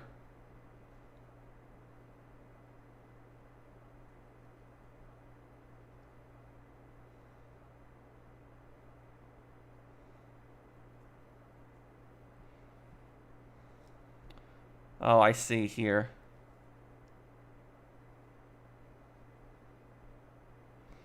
Okay. I can't remember, though, whether I... Hang on a second.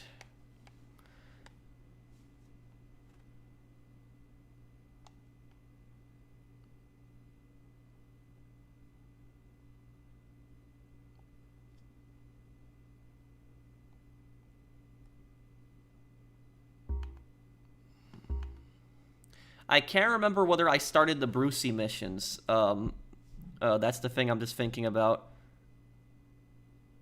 Can't believe you've done this. Wait, what? Candles?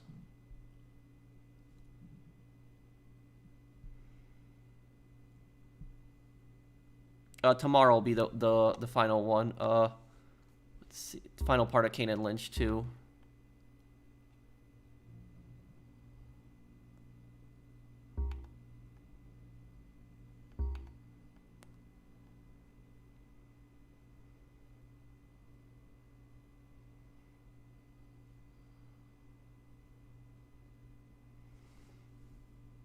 Drug packages delivered 0.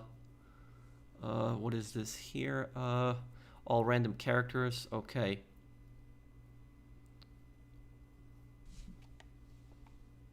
And is there the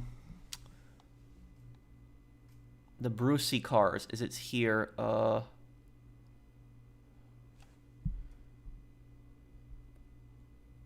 I did try a swing set glitch. I finished The Sopranos a few months ago and rewatching it. Thanks for putting me on. Have you seen the sequel yet, or no? Also, New York, New Jersey, looking PS2, GTA San Andreas. Thank you, Christian. I haven't seen the Many Saints of Newark. I haven't seen that yet. Okay,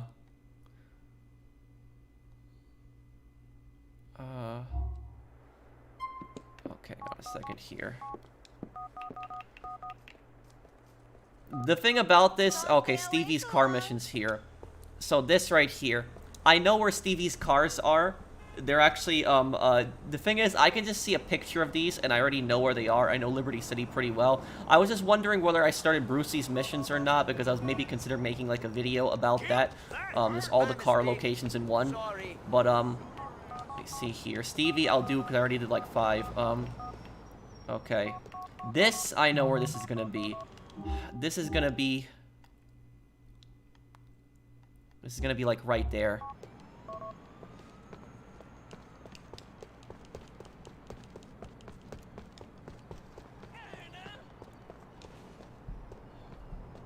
Are you epileptic or something?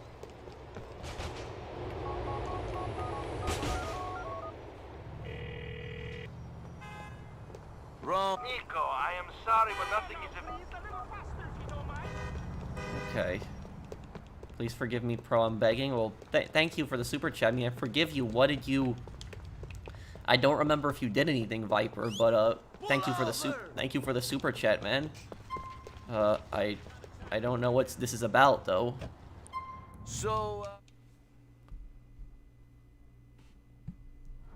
this is it. That's great. Okay. That car will be right here. Let's take a look at the picture again.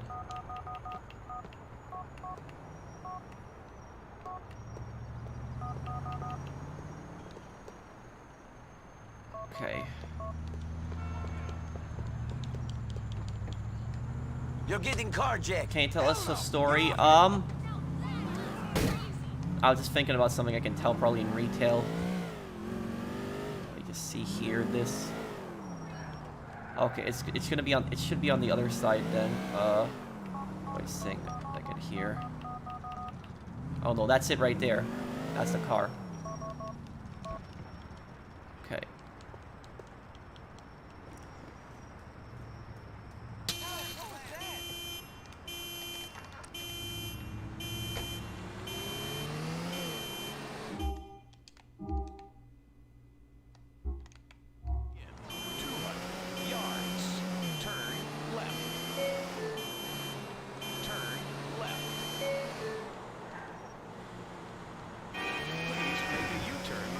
Chance we'll see Luis in GTA 6. I mean, there's always a chance.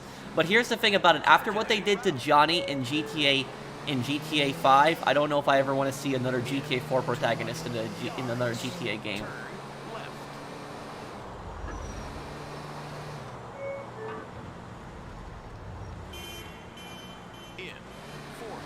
No, I'm not the right person to ask for something like that, Viper. Thank you for the super chat, but, I don't know, I don't know if he's trolling or what's going on. I'm 29.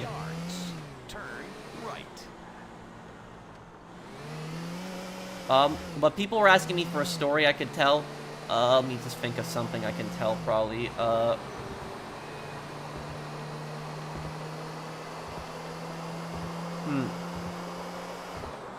Lag? What lag though? Are you guys encountering lag on the stream? Happy birthday, Pro. You made it so I've never spent a dime on shark cards. I think you deserve some of that saved money. Thank you, Chad. And thank you, Devilish Frostpack. You should have been a bigger role in GTA Online. Yeah. In GTA 5 too.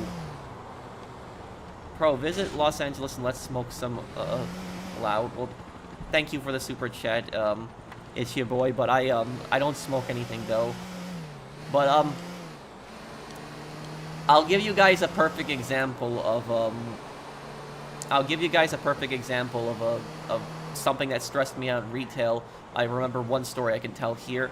I think some people have heard me tell this story before, but I had this one supervisor who she was like really rude and nasty to me. And at first I thought she was a nice person when I first started working there, but then I kind of saw what she really was like. Put this in Stevie's garage.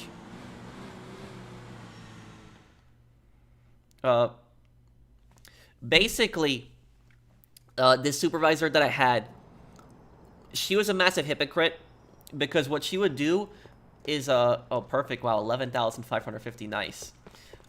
This supervisor that I had, she was really, she was a massive hypocrite, because what she would do is, whenever you asked her for help with something, if you actually needed her help for something, if you needed her to ring or do something, she would always say to you, do you not see that I'm in the middle of something? And she always just gave that, really rude attitude.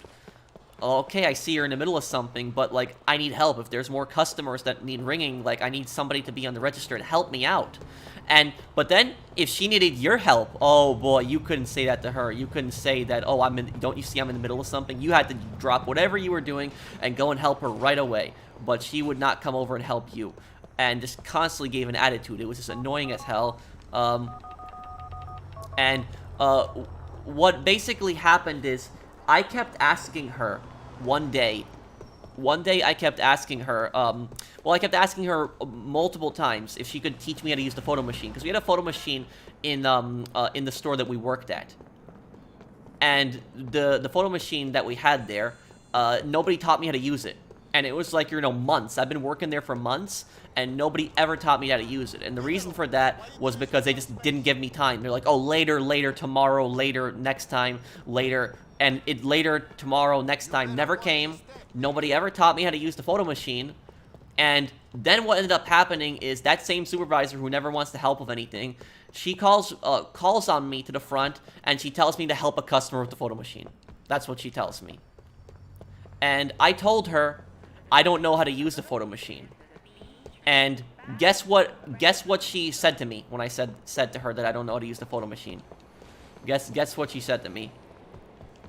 See about getting a car here. You want fucking trouble, Holmes? 'Cause you got it.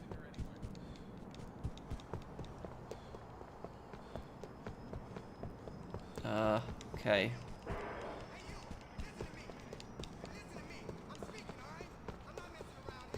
Oh, a bike here. Okay, this will be good. This country's gotten really fascist since the attack. She said to me, Man, I hear you. she said to me, you've been working here for months, and you don't know how to use the photo machine. That's what basically she said to me. And what I'll say about this is I was getting really irritated, because I asked her multiple times to help teach me how to use the photo machine. I'm new here. I've been working for a few months, but sure, I don't know how to use the photo machine, because nobody taught me. Like, how am I supposed to learn how to use the photo machine if nobody's going to teach me how to use the photo machine?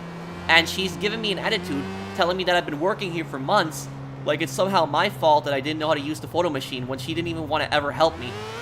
That was what's so annoying about her. And honestly, I would have stood up for myself. Like, if I was in that position now, I would have stood up for myself. But back then, I didn't know how to stand up for myself. And so I would have called her an idiot. That's what I would have called her. I would have really called her an idiot back then. I wouldn't have cared if I had gotten fired or anything. I would have called her an idiot, because that's exactly what she was. That was just so stupid. And one time, what happened was, this supervisor, she was so mean that one time we had a line building up in the front, and it was me and another cashier, and we were ringing. And what happened was, the line was getting really long, but we were still able to handle it. But then there was a customer who was complaining about the coupon machine, because there's a machine that you would print coupons at, and the customer started complaining that the coupon machine was down, and somebody had to fix it.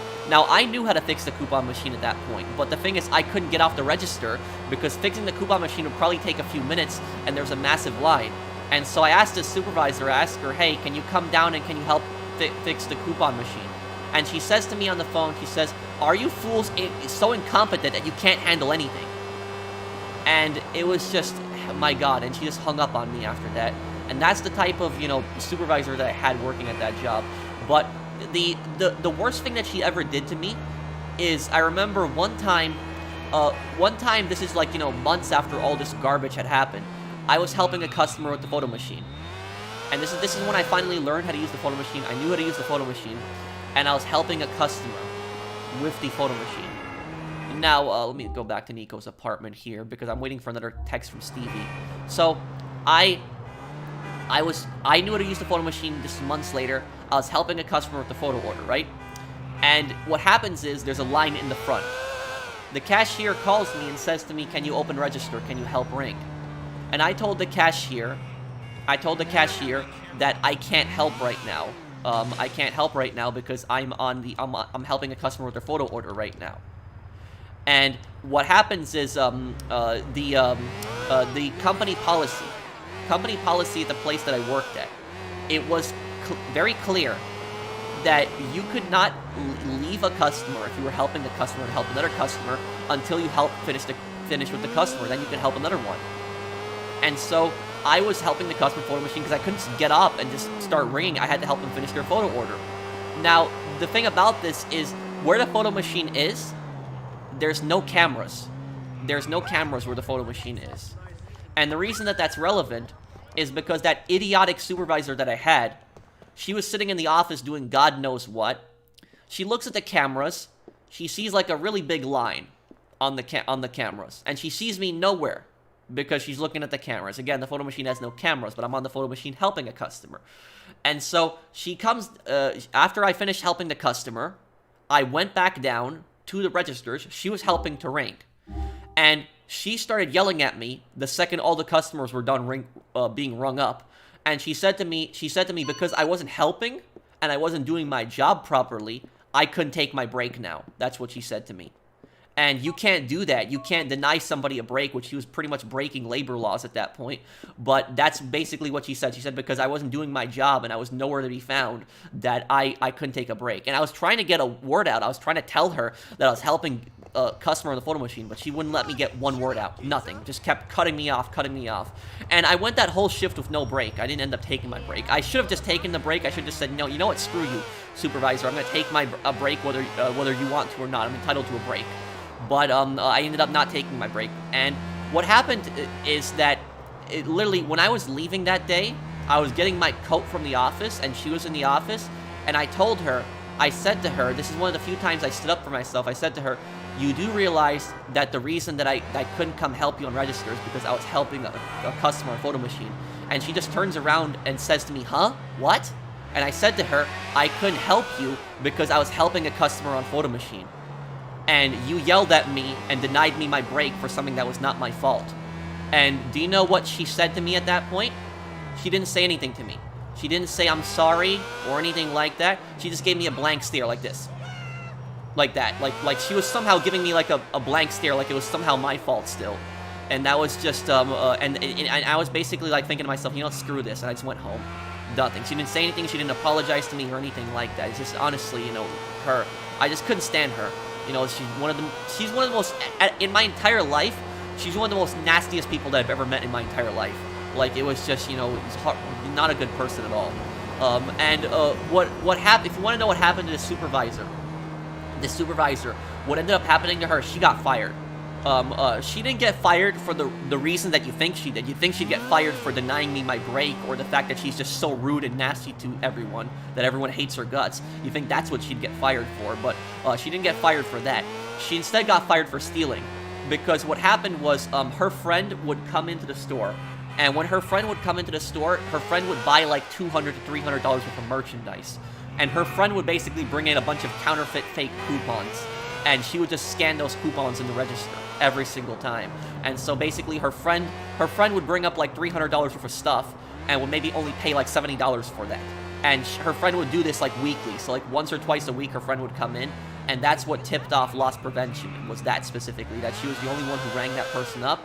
But no, nothing. They, you know, the company HR didn't care at all when she was being really nasty to people, just, you know, just cursing at people. But the thing about this is you should have seen the way she interacted with customers. The way this woman was like one of the most two-faced people I've ever seen. Like literally like a complete two-faced snake. Because what she did was, whenever she would interact with customers, she was so nice and caring. She's like, oh, how can I help you, honey? What can I do for you, sir? You know, stuff like that. It was always like that when she was interacting with customers. But when she was interacting with the employees, she was like a completely different person. It was just like so two-sided. It's just such a, you know, my God, it was that. I wish that she would have, you know, opened her mouth like that to the customers. Like, when the customers were being nasty, no, she wouldn't. She would say, I'm sorry for the inconvenience, sir. Even if a customer was being nasty or something like that, she would never talk back to the customer. But she would always, you know, feel free to curse us out and just talk crap to us and just say a bunch of nasty things to us, the coworkers, that's fine. But when you got a really nasty customer, oh, she's going to be on her best behavior still, too. That was just it. So she felt like she could endlessly talk crap to us, too. That was just, I honestly, I really disliked her. It was almost to the point where I hated her. I haven't really ever hated anybody in my life. I hate is such a strong word. I've severely disliked people, but it was really getting to the close to the point where I hated her. So that's the type of, you know, one of the supervisors that I had in retail. What are you doing? You know, you're boxing me in here. Like, be patient. My God, this NPCs.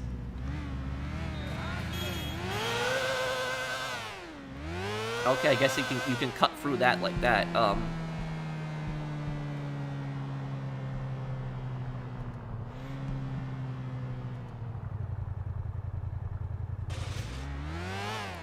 Yeah, and I'm gonna say to you guys is honestly, like, let me look at Stevie's message too. Let's see, where is this? Airport car park. I know where that is. Pretty sure I know. Yeah, I think I know where that is.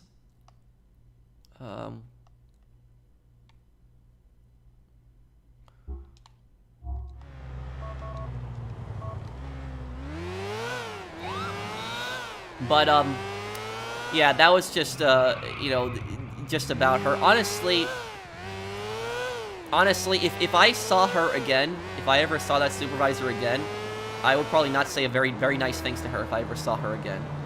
She probably wouldn't expect me to, you know, to say something really rude to her because I was never that type of person. But, you know, that was just, that was just like she was a really bad supervisor. The thing.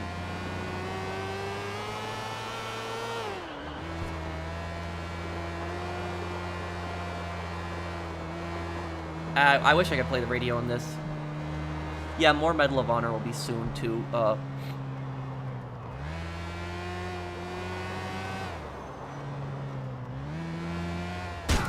Yes, I'm gonna do a video on the Wade thing, too. On Wade, how he ended up with Trevor. I'll eventually do that, too.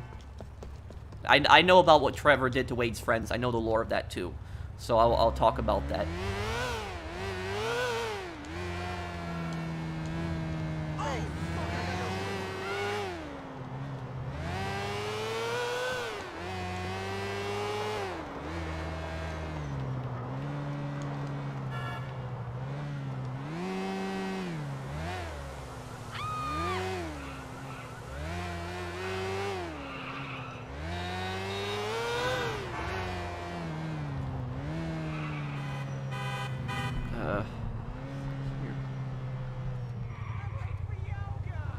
My brother said the IRS in reality don't care about the legitimacy of where the tax money comes from, except counterfeit. That's actually a fact. Well,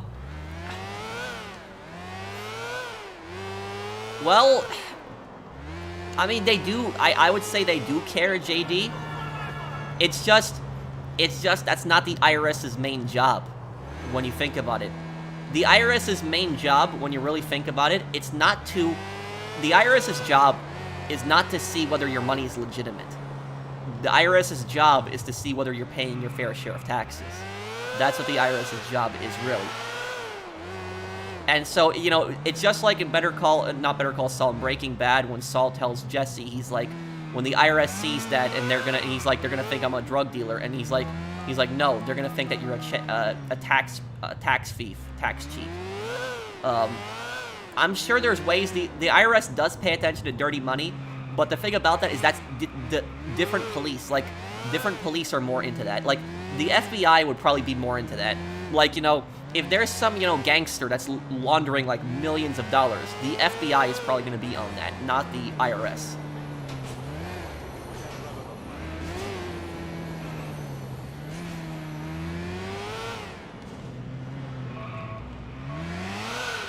But I'll tell you something, the IRS, is probably the most hated government agency in America. It probably is. Like, Americans despise the IRS more than, like, they despise the IRS probably more than any other government agency, and that's, yeah, the IRS and the ATF, those two agencies, they're the most hated. You know, the ATF is hated because they just make up laws whenever they want, and the IRS is just hated for all the tax reasons, stuff like that. Because the IRS, you know, I'll tell you something, doing taxes in America, like, sucks. Like, you know, the thing is, though, is every single time I'm doing, like, my taxes on, like, you know, when it's tax season, like, every time I do my taxes, I don't do my taxes myself, I do it to my accountant, and my accountant just has me show how much money I made and tells me to, like, give my deductibles and, like, you know, anything that I would have spent on my YouTube channel and stuff like that. And the thing is, even when I do stuff like this, like that, like, I'm always scared that I'm gonna make a mistake. I'm not trying to cheat on my taxes or anything like that, but I'm always scared. I'm just scared that I'm gonna make a mistake or something like that. That's what's so scary about American taxes, is that when you're doing your damn taxes every year, you're, like, scared that you're gonna make a mistake.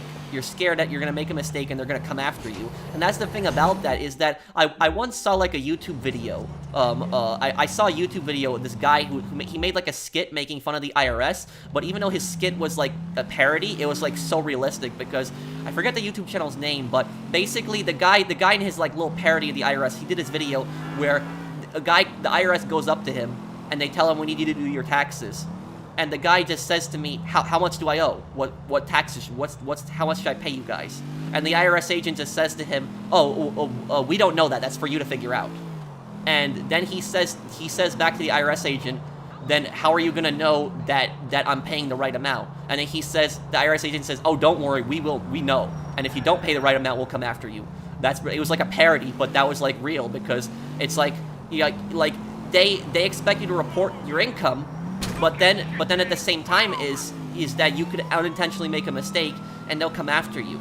And that's what I say about the IRS, is I don't really have that much respect personally for the IRS, because the thing about it is you have these really rich people who are, like, you know, gaming the system constantly, and the IRS, oh, you know, they don't go after them, but, like, you know, the average small-time guy, you know, he's gonna make a mistake, IRS is gonna get on his case like crazy.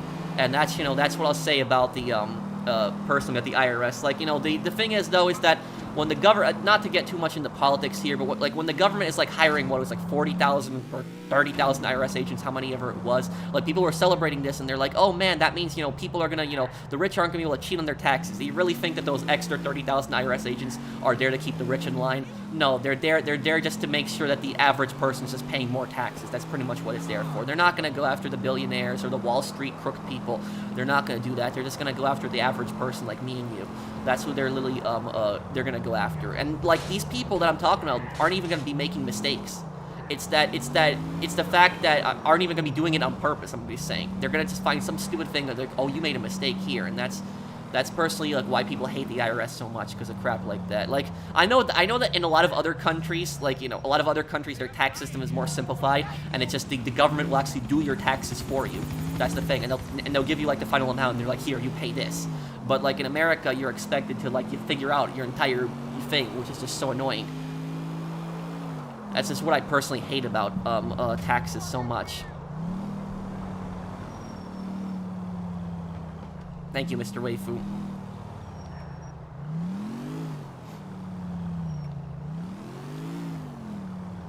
Let me see here. What you bloody doing? No.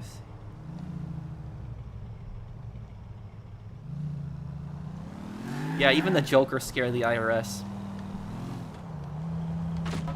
Someone's gonna get hurt. But here's the thing about this is the IRS used to be much worse back in the day than they are right now. The IRS is in Red Dead Redemption 2. Do you know that? In Red Dead Online, the IRS is the Bureau of Internal Revenue. That's the IRS. You know those agents that stop you on your moonshine sales? That is the IRS. That the Bureau of Internal Revenue became the IRS. That's what the IRS is. So the IRS actually used to have its own militarized force. They actually used to have, like, dozens of soldiers like that, like in Red Dead Online. That actually happened back in the day.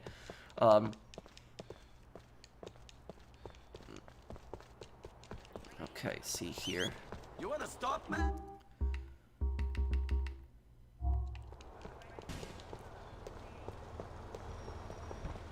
No, the Pinkertons are something else. The Pinkertons Where you going, exist today man? I too. want They're to go- Securitas AB. Rosenberg and them booty cutters? I'd do something special with that.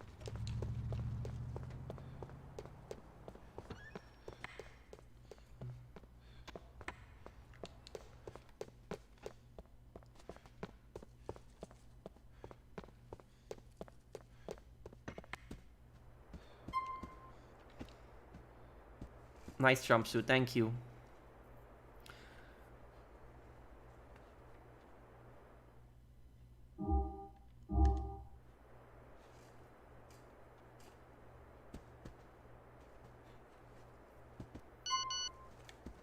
Yeah, but the thing about this is, what I'll say is that let's see, where's Stevie here?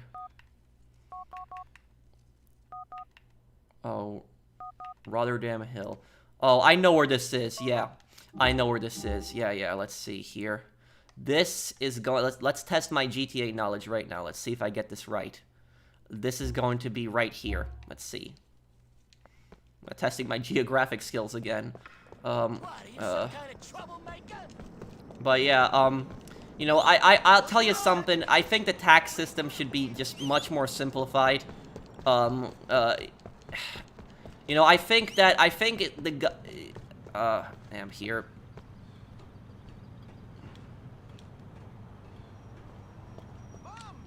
God damn, can't even get in the taxi.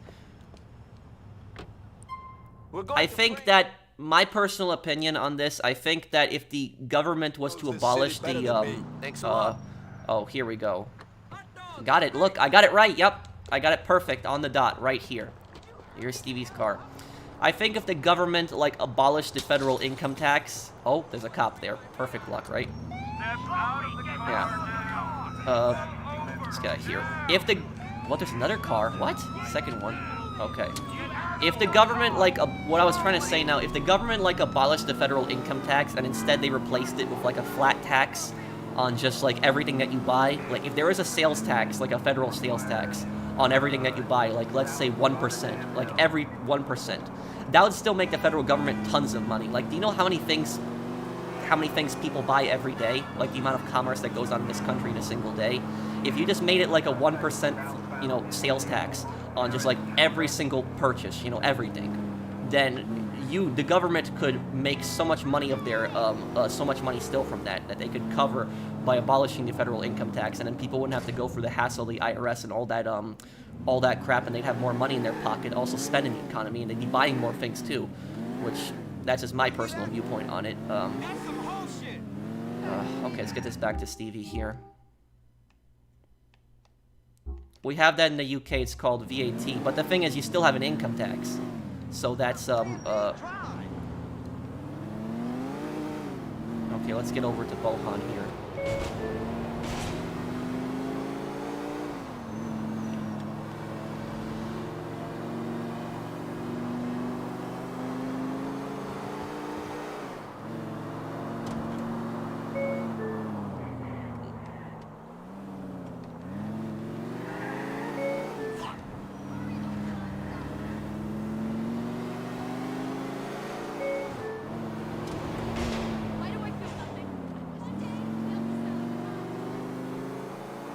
It feels like other countries are laughing at the USA. Well, the thing about that is America has problems, sure. You know, there's a lot of dumb things that go on in America, like, you know, the whole tax system is a complete, you know, joke.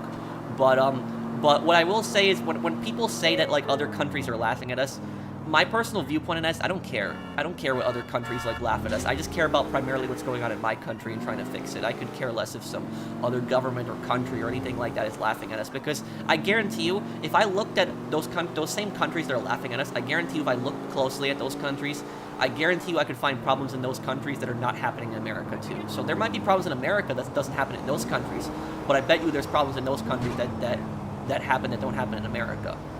So that's the thing, is anybody that says, oh, we're laughing at your country or something like that, well, what about the problems in your country too? That's what I would say about something like that personally too. So I just care primarily about, you know, I would just care primarily about what's going on in my country. Yeah. You know, there was the, I'll tell you something, I had this I had this really rude teacher.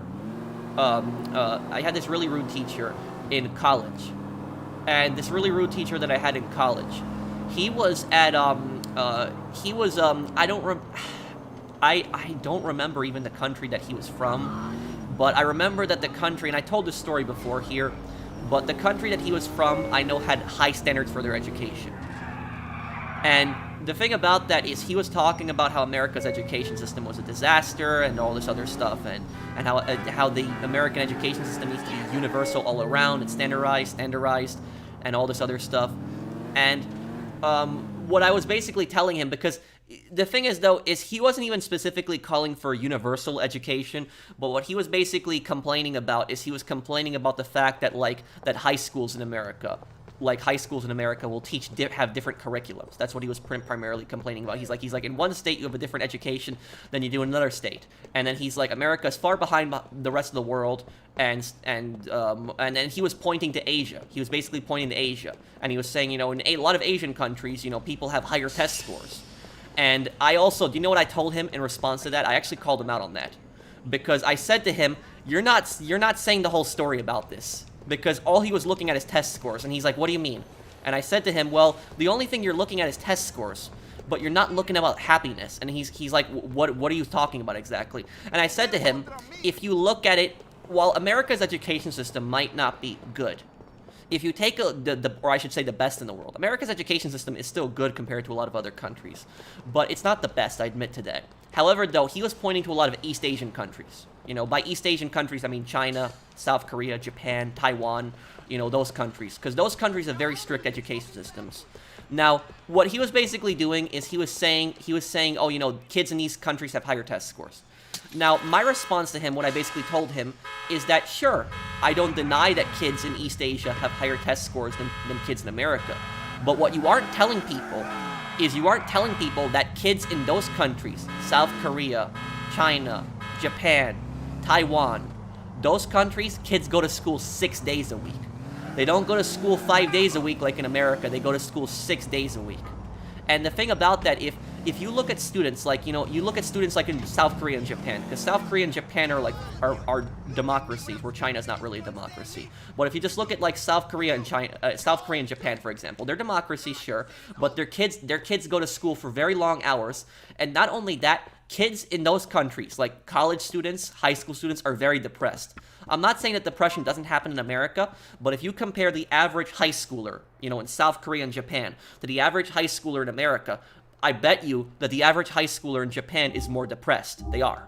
And the reason that they're more depressed is because they have less time to relax. They have less time to chill. They have less time to hang out with their friends and family and do stuff. So sure, they might have higher test scores than the Americans do, but is that really worth it if you're more miserable? That's when you really think about it.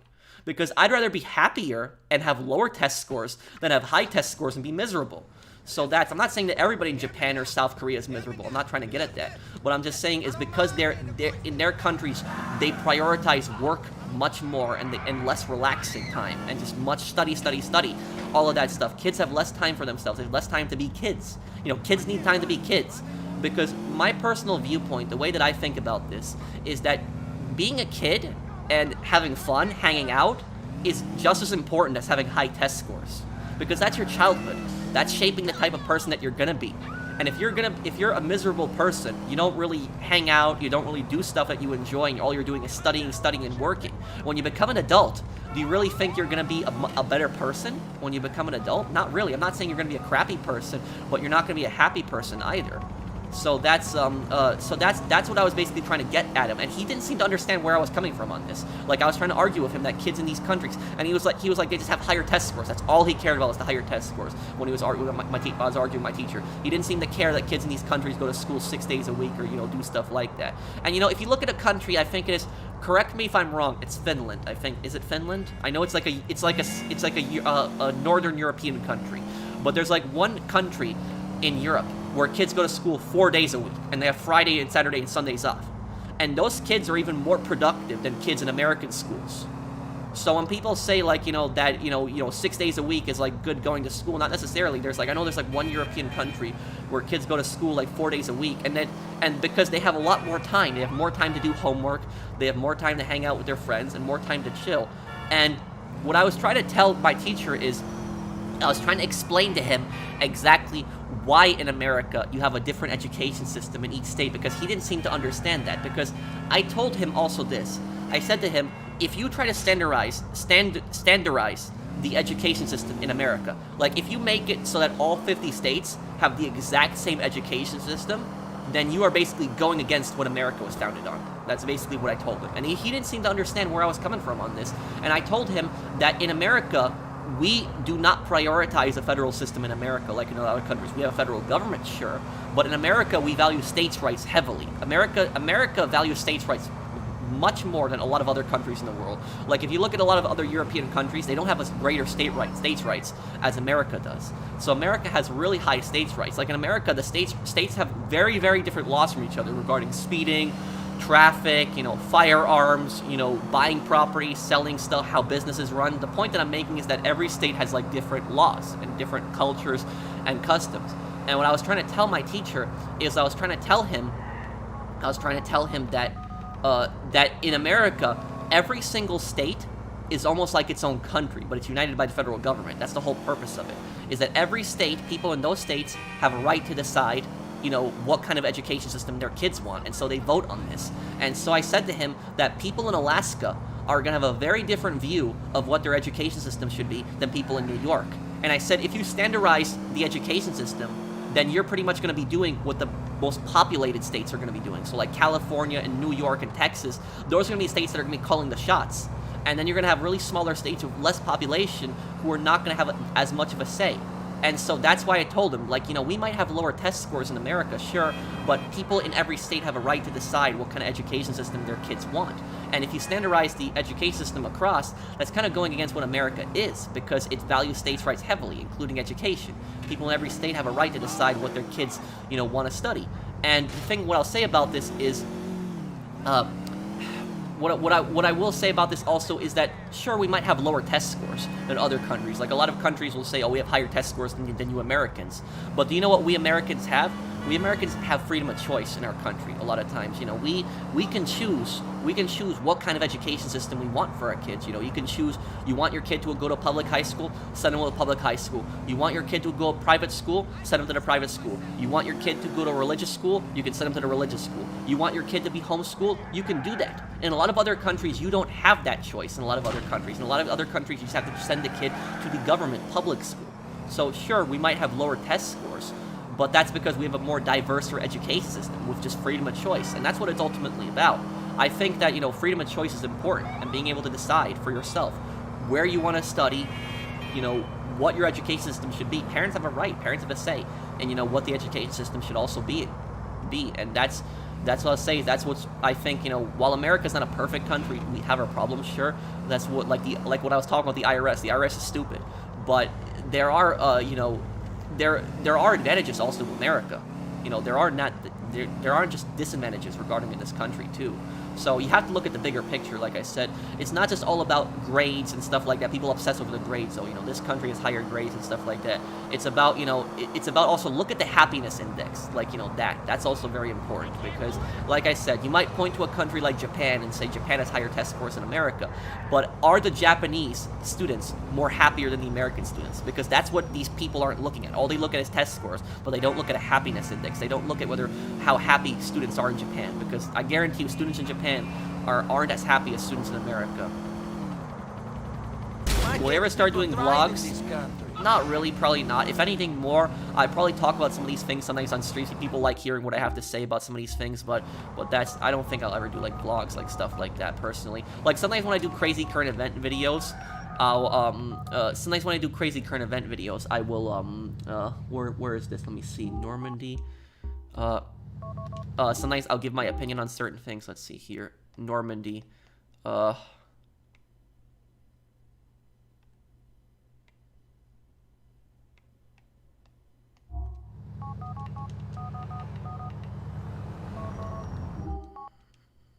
Let's Let's see if I can find this. I'm pretty sure I know where this is. I'm pretty sure this is gonna be this right there. Let's see if I'm right on this. What are you waiting for? Happy birthday. Thank you, man.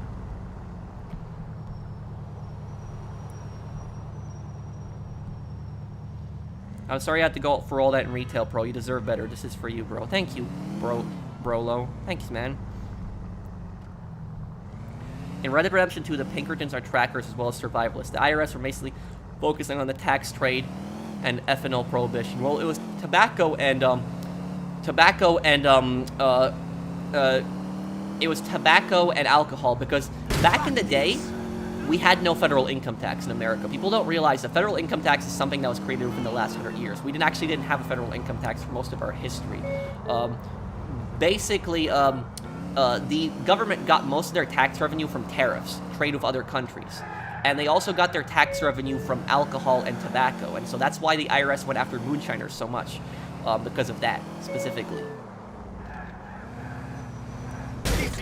But the Bureau of Internal Revenue, it actually became the Bureau of Prohibition during Prohibition. And what happened was President Truman, in the 1950s, or the late 40s, you should say, he broke up the Bureau of Prohibition into two government agencies, into the IRS and the ATF. And ironically, the IRS and the ATF were actually the two most hated government agencies in America. Let me see here. Happy birthday, man. Thank you, Xlus. Thanks, man. Oh, jeez. Can you hurry up, please? I saw someone else discuss this. What stuff did GTA 4 did better than GTA 5, and what could they learn from 4 while making 6? I would say the driving. I like the driving in this is so much different than GTA 5. If you've never played GTA 4, I'm fine with the driving in this game because I play GTA 4 regularly. But if you've never played GTA 4 and you just played GTA 5 and you try to play GTA 4, you're gonna get messed up by the driving, because the driving is so much different in this game than in GTA 5. But I like, personally, the realism of driving. I like the realism in GTA 4. GTA 4 focuses a lot more on realism, where GTA 5 focuses way more on action.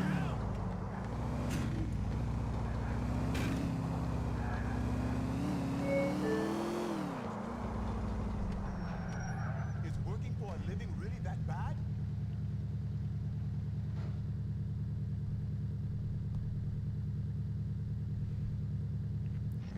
Hey man, I just got home and wanted to say happy birthday, man. I hope you had a great one. And yes, GTA 4 is the best. Thank you, Eric.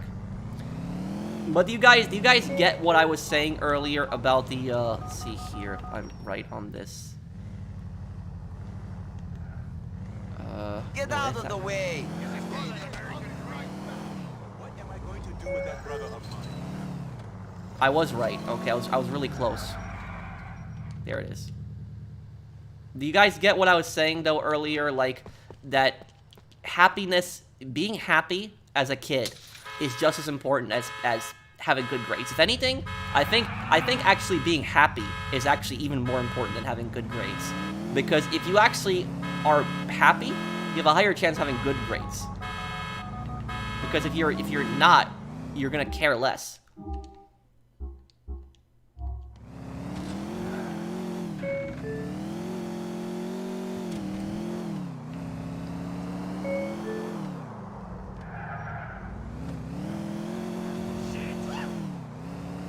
Using the Sentinel to steal Sentinel, yup.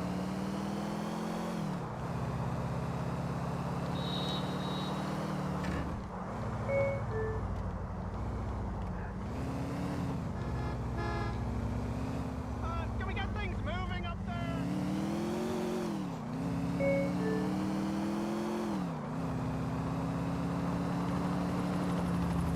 I don't know what British school is like, so I can't comment on that. I only know about some of the East Asian schools, how they go to school 6 days a week, and so that's why I say is that, you know, while they might have higher test scores, they're not necessarily happier.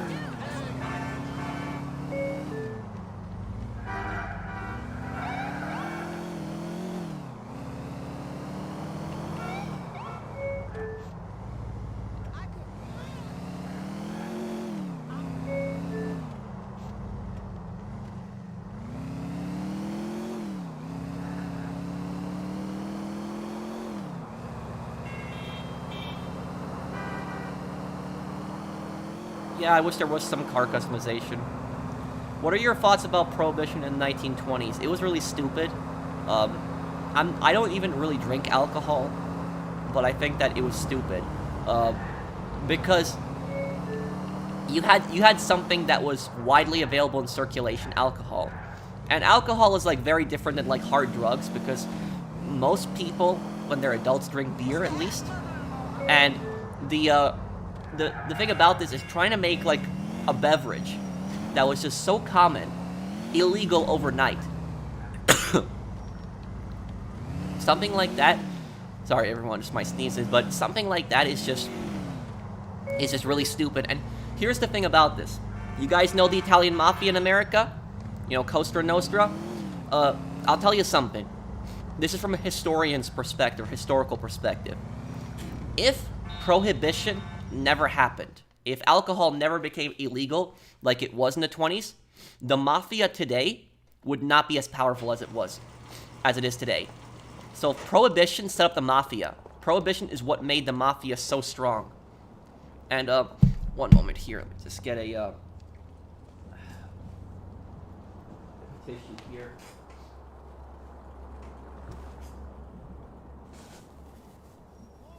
Sorry about that, everyone. But what I was saying is that prohibition is what made the mafia as strong as it is today. Because without prohibition, the mafia would not be as strong as it is.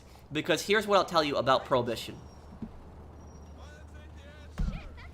Where does the mafia... Here's a question for people. Where does the mafia get most of its legal money from? Does anybody know? I'm talking legal money. I'm not talking the illegal money. I'm talking about the legitimate money. Because the mafia actually does earn legitimate money too. Does anybody know where did they get... No, it's not... It's... I'm not sick. It's more just allergies. Like right around this time when it gets hot, I just start sneezing sometimes. It just happens. So I'm not really sick. Yes, it's casinos. Casinos. And so here's the thing about this.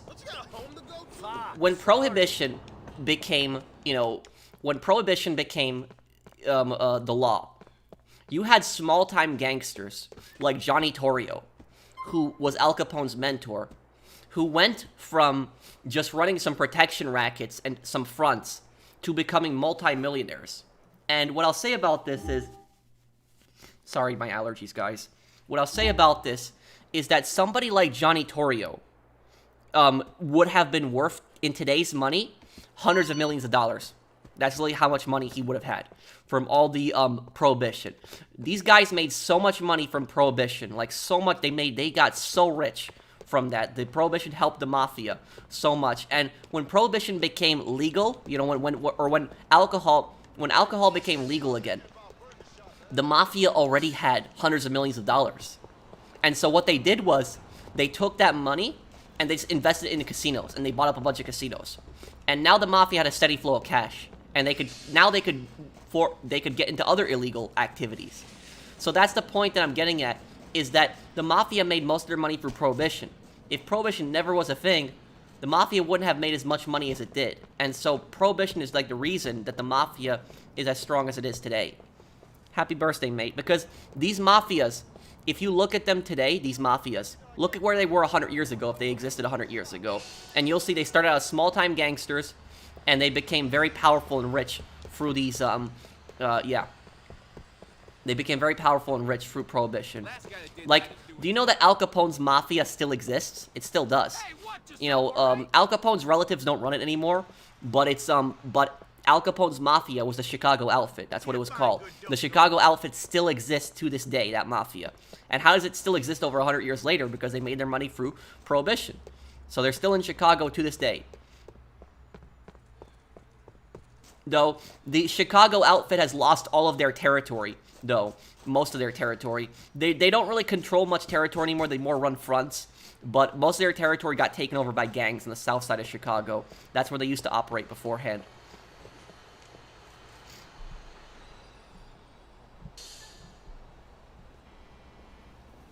I'm 29 years old today.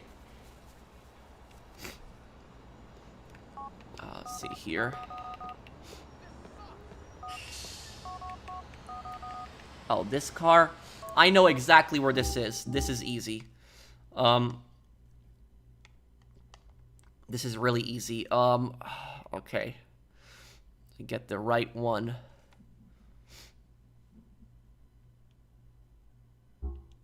Right there. It's gonna be that. Let's see if I'm right. Doing GTA 4 GeoGuessr. Okay. So we need to go. Okie dokie, friend. Here we are. Okay, let's That's see. very kind of you. Okay, let's see how. Okay. Looks like I'm just off by like 1 block. But I'm right though. Yep, here it is. See it? Got it.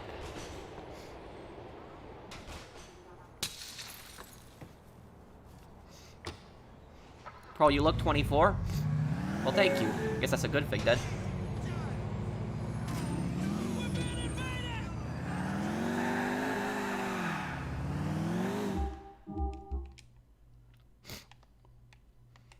Do I think AI is a threat? Yes, but, I don't think that AI is a threat in the way that other people describe it. Basically, a lot of people think that AI is gonna go like Terminator and just start killing us and try to take over the world. I don't think that's ever gonna happen. I don't think that AI is ever gonna get to that point. But I'm really sorry about blowing my nose constantly, guys, and my allergies started getting really bad all of a sudden now. I don't know why it's doing that. But, what I was saying about AI, though, AI is a massive threat to this country and to the world, but not in the way that they're going to take over the world. AI is more of a threat that's going to destroy the economy. It's going to destroy the economy, and it could even put us into a recession or worse. And it's going to put so many people out of work and make really rich people even richer. That's what's pretty much going to happen with AI. And how do I know this? There are so many jobs today that are going to be replaced by AI. Look at cashiers, for example. Cashiers are becoming replaced and replaced. And the thing about this, what I'll say, is that people lie so much about this stuff. They lie or they don't want to accept the truth. So whenever I hear people that defend AI, they usually, when I tell them that AI is costing people their jobs, people that argue with me, they usually say, oh, those people aren't losing their jobs. They're just getting hired somewhere else. They're getting put somewhere else. No, they lose their jobs or their hours get severely cut. That happens. Because I can tell you, as somebody who worked in retail, when self-checkout machines became a thing in retail, they became really popular in retail, really common in retail, we didn't have the same amount of people on shift after self-checkout machines were put in. We didn't. They started cutting everyone's hours, and they had less people on shift. So you think that cashier that you had beforehand, you think you could just give him a job at like the back of the store, organizing some stock, or like, you know, helping customers on the floor. You'd think you'd be able to do something like that. But no, that doesn't happen. Instead, their hours get cut. And so now you have this one less person working on shift that day. And so that's what's going to happen. Now, thank you, Kill. I might play later. But that's exactly what's going to happen. If you look at, for example, trucking, trucking is going to be replaced by AI. It's going to happen. And the thing about that is people don't realize how bad this could be. You know, I'm a free market guy typically, don't get me wrong. I don't like the government getting involved in the economy. But this is one thing I think the government should get involved in the economy for this specifically. Because I don't think that, I think that it should be illegal, personally, to replace truckers with AI. I don't think that should be allowed. Because, think about it this way. Trucking is a full-time job that pays the bills. And a lot of truckers live in rural communities. They live in small-town communities. There's not a lot of jobs for truckers in those areas. They're either, you know, doing a truck, they're working at a farm, or working at a store. If they're working at a store in a small town, they're not going to have enough to pay the bills. So trucking is actually a job that helps them feed a family. And some trucking jobs are kind of scummy, but some actually pay their employees really good wages. And so eventually, all trucking companies are going to replace their workers. Not going to happen overnight, but it's going to happen slowly. They're going to replace their truckers with AI. And so think about it. Do you really want AI? Do you want AI driving those huge rigs across the country and stuff like that? Because I'll tell you, I don't care if people tell me, oh, it's safe, professional, don't worry about it. I don't care. I would much rather take my chances driving next to a big rig on the highway that's controlled by a person than controlled by an AI, because I would not feel comfortable driving next to a truck like that on the highway, or near a truck like that on the highway personally. I just wouldn't. So it's going to replace these truckers. These truckers are going to be put into jobs. And what's going to happen then? The truckers are going to go to farms, trying to possibly find jobs there. Probably not going to find the jobs, get into a bunch of arguments with the farm workers. The farm workers are going to get upset because now the truckers are threatening their jobs. And what's going to happen is what's going to end up happening is the truckers are going to go to the cities and compete in the cities for people with jobs, and that's going to piss people off in the cities. So that's what I say is trucking is like one of America's, like, you know, when you think of America, like, trucking is like one of those jobs that you really think about America. And that's not an insult. It's actually a good thing. It's a compliment. It's like, I respect truckers a lot because they deliver us the food and the essentials that we need. You know, without truckers make this country go round. They do. The thing about this is that I think a lot of people take truckers for granted. And I think a lot of people in the cities especially, like people that live in, like, even like my home city of New York, let's see here. Oh, I know where that is. That's really easy. Even in like my home city of New York, for example, there are people that, it's going to be right there. There are people who say all the time, they say that, I've heard this argument so many times. New Yorkers do this so much. I tell you, I've heard so many other New Yorkers say this, but I've heard so many other New Yorkers say that rural communities depend on us New York. They depend on us New York's tax money. Because without us New Yorkers, like, rural communities would go bankrupt. They would lose all their tax revenue and their tax benefits. So, like, we New Yorkers, we subsidize, like, the countryside and the rural areas. And I've heard New Yorkers say that so many times. And you know what I'll tell you about this, the truth about this, is to a degree, it is true that a lot of city tax money does go back into rural communities. But what the people that are saying this, they forget to mention one big thing about that. And that this works both ways. This is a relationship between the, let me see the picture again. This is a relationship. This is a relationship between the city and the countryside. Because the people in the city will say that the countryside needs us. Without our tax money, the countryside will not be able to function. They need our taxes. But here's the thing about this. Here's what the big city elites, this is what they won't tell you. That without the countryside, without the rural places, the cities would fail too. But they would fail for a different reason. So while, yes, rural communities do get tax money back from the cities, rural communities don't just get nothing don't just do nothing for it. Rural communities send food to the supermarkets. Who grows the food that's in supermarkets in the cities? Rural communities. Who produces the gasoline that you get at gas stations in cities? Rural communities. Who delivers the food that's the to supermarkets? Truckers from rural communities mostly. And just think about it this way. Oh, now the vehicle spawned. I didn't see it before.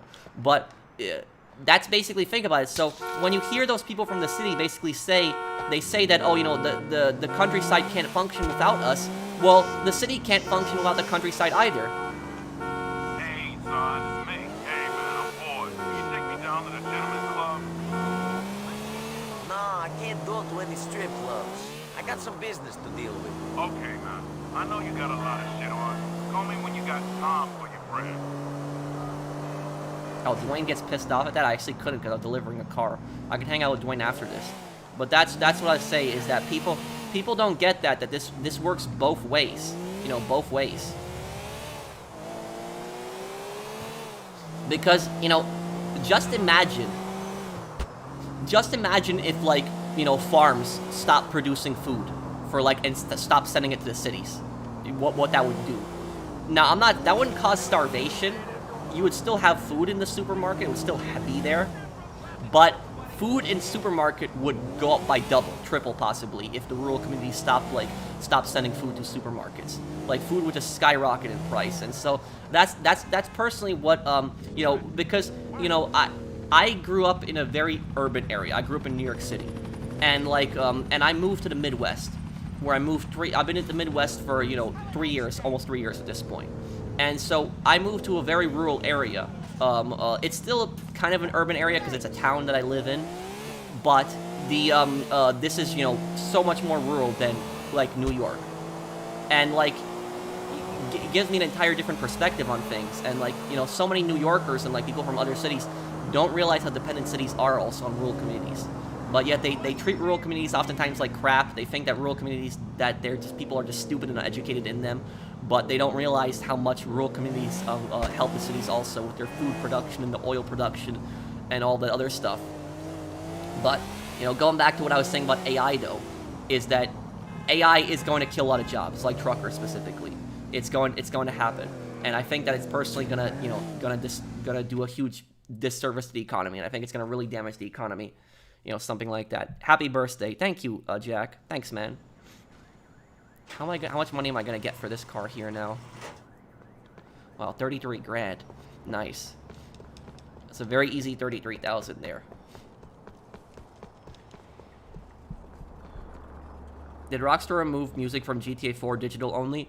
I think that on PS3, I think you can still hear the music. It's a shame that GTA's changed so much over the years in GTA 4. The gun combat characters and the story was much better in GTA 4 than GTA 5. Yeah, I agree with you, El Brolo. Thank you for the super chat.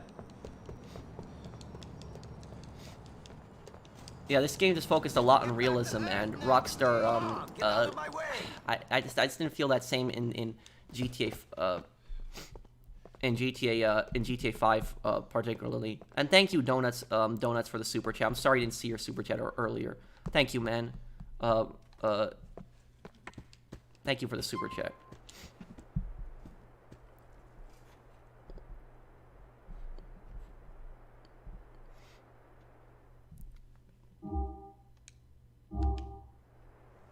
What do I like especially about each episode of GTA 4? Well, GTA 4 Niko is like the story about like a broken guy coming back from a horrible war. Oh, this? I'm pretty certain I know where this is. Let's do GTA Geographic again. This.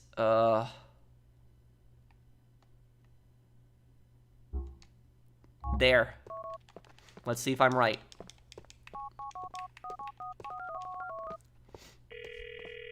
You all paper didn't die. Hey, Roman.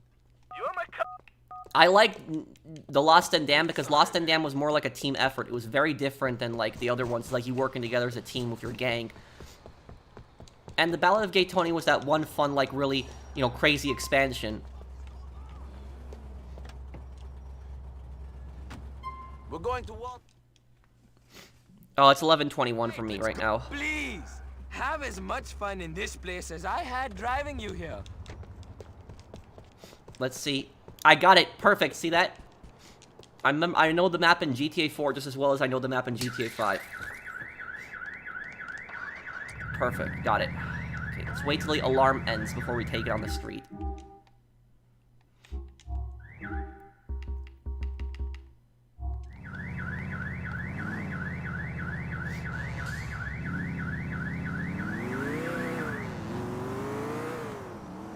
Happy birthday. I'm doing good, Peter. Thank you for the super chat, man. Hi, darling.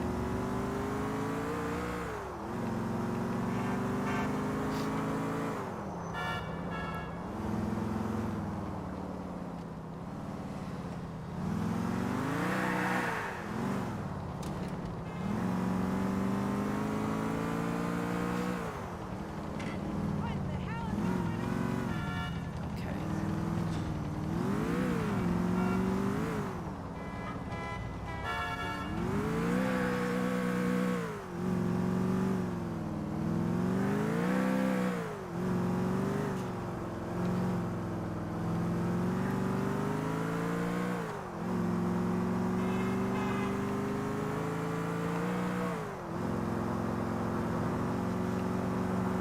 Wonder how many more Stevie's cars we got left.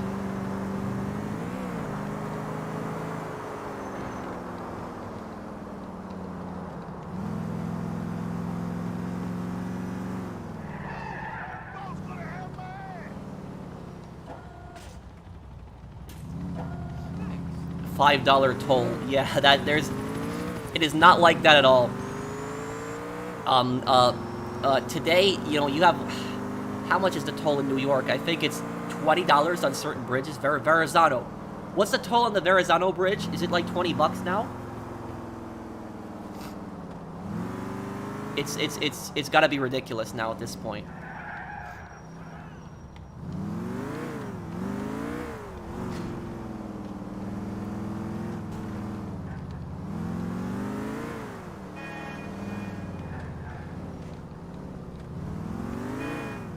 They should repair the fucking sidewalk. Try walking around here.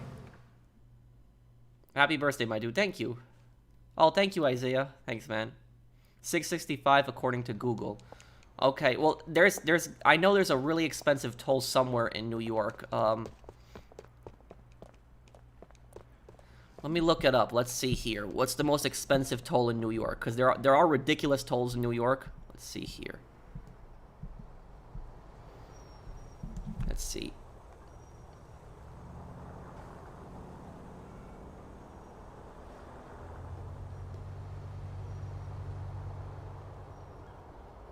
George Washington Bridge in New York, $13.75 one way. Damn.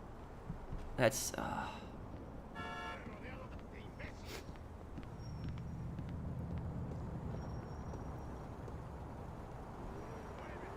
No, the Verrazano Bridge was $20. I was right on it. I Googled it, too. It says it is $20. He'll keep coming back. What is that? Oh, fucking fuck! You'll be nice and cool soon. Yeah, that's ridiculous. So, $20 for crossing the bridge. Imagine that. $20 for crossing the Verrazano Bridge. That's disgusting. And you know something? My friend, he's originally New Yorker, but he moved to Pennsylvania. And he goes to see his girlfriend in Brooklyn. And he goes to see her every once a week. And so he drives from Pennsylvania to New York, and he goes through that bridge. And just... I think that $20 is also each way. So I think that you're going to be spending 40 bucks every time when you're going back and forth. That's disgusting. And just... And the thing about this is that... yeah, gas... And New York City traffic with the gas... And this is the thing about this is that... Tolls hurt the poor. They really do. Tolls are more a tax on the poor. Because the rich aren't affected by them. The rich, that's nothing. That's like just spare change for them. But just think about it this way. I know that there's like easy passes that you can get, okay? But you still have to pay a ton to like, you know, to set up stuff like that. Sure, I don't know what the whole discount is with the easy pass, but just think about it this way. Think about it this way. Imagine that you're working for $15 an hour. And $15 an hour is considered very low in New York City. But imagine you're working for $15 an hour. And you gotta cross the Verrazano Bridge, right? You gotta cross the Verrazano Bridge. That's literally more than an hour of your work taken away from you like that. And then you go back. That's another hour of your work taken away from you like that. That's that. And so you're working what? You're working, let's say that you're working, you know, a 6-hour shift. 6-hour shift. What is $15? $15 times 6, 15, 30, 45, 60, 75, $90. That is $90 for 6 hours of work. Now you take away the $40, that is what? That's you're left with $50. Plus you take away the taxes. You know, the taxes for that day, you know what? You know, 5, 10 bucks, $40, plus your gas money for the week of just driving there, and like you're literally left with like a third of the money that you had. That's literally like that's why I say it's like tolls are a tax on the poor. That's pretty much what it is. Tolls should be abolished. They should. Tolls should not be allowed. You should not be taxed based on where you are driving. That should not be allowed. That's un-American. Tolls should just be gone completely. They should be banned across the country. That's just not okay. Do something like that. That's just stupid. This here, Chinatown. Wait, I think I know where this is gonna be. This, here.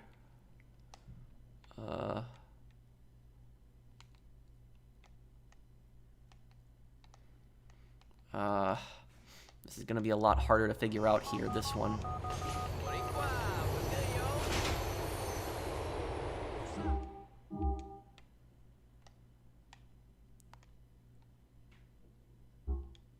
I think right there, possibly. Let's see if I'm gonna be right.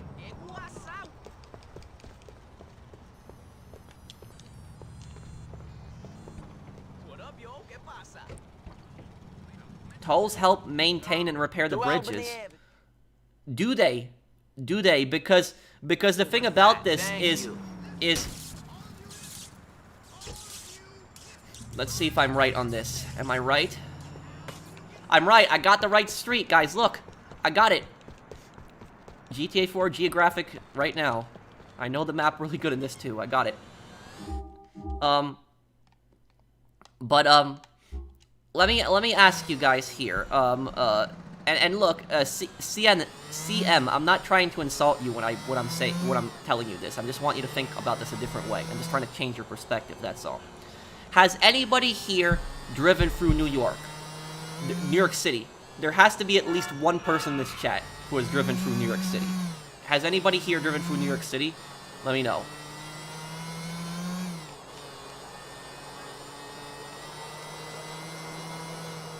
Okay, I get already 2 people who have. Okay, looks like 4 people already. Okay, now then, that argument that tolls fix the bridges. Let me ask everybody who has driven through New York City. Are the roads in New York City smooth? Are the roads in New York City perfectly paved? Are there no issues whatsoever? The roads is completely flat. They're nice. They're perfectly fine to drive your car on. Has anybody... Are they that fine? Are they perfectly even? Perfectly nice? No holes, nothing.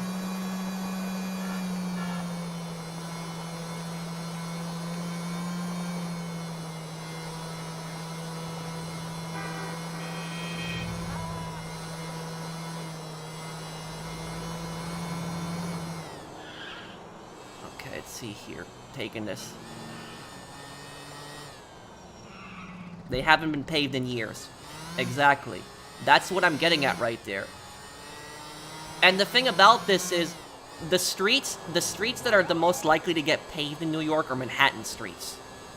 If you go down Brooklyn, Bronx streets, there are so many Brooklyn and Bronx streets, and yes, I do, Kai. There are so many Brooklyn and Bronx streets that are just such disasters. Like I said, I don't mind paying taxes, but at least spend the taxes on something good, because by the taxes that we have to pay in New York, according to that, New York City should have the cleanest, best subway system in America. And not only that, the roads should be perfect. Perfect. There might be a pothole here and there, sure, but they should still be perfect for the most part, but they're not. So, you look at the New York City subway system, what a disaster that is, how dirty that is. And you look at the roads, and I'm not trying to trash the city where I grew up, but it's just like the harsh reality of stuff like this. So I hope that I change your perspective on that, CM, is that those tolls, you're saying that they help fix the roads, and or help fix the bridges, but it's like, look at what they look like now. Like, they're a disaster. I mean, here where I live in the Midwest, we don't have tolls. Tolls don't exist here. There are potholes, sure, but at least I'm seeing workers fill them up. They're fixing them. So it's like in New York, you'll have like really bad roads and potholes and like all over the place and stuff like that. So I don't think you should be taxed based on where you're driving. It's like the government basically saying, oh, like, if you want to visit this part of the country, you got to pay a tax. It's like, no, it's my country. It's like, I'm a citizen here. I can go where I please. So if I want to cross the Verrazano Bridge, I should have the right to cross the Verrazano Bridge, and I shouldn't have to pay a $20 toll. That's ridiculous. Illinois got so many tolls on the freeway. I know exactly what you're talking about. I've been in Chicago several times. I've been in Chicago a bunch of times. I know the tolls that you're talking about. Alderney City. Oh, this is gonna be a really hard one. This one is gonna be really hard. I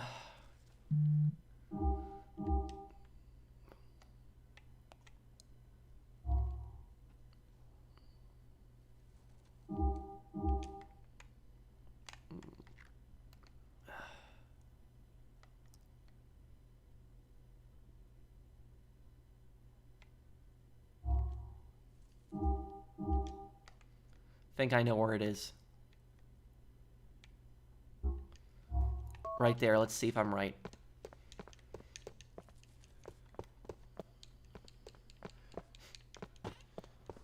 Do you know what some of the dumb things that New York City spends money on?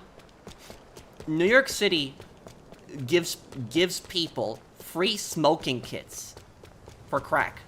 I'm not joking. You'd think that I'm trolling when I say this, but I'm not. Just go on Google or even YouTube. Look up New York City gives free crack pipes, and you'll see it. And New York City's argument for this, well, if these people are going to be smoking, you know, crack, then, well, we might as well give them safe kits so that they can smoke safely. That's yeah, they have vending machines. They have vending machines where they literally yes. I think the car should be up here. Let's see if I'm right on this.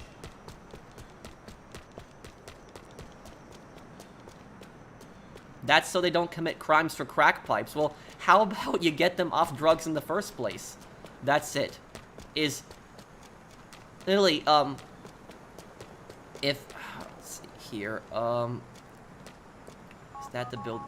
Let's see if I can recognize the building here. That looks like it could be the building.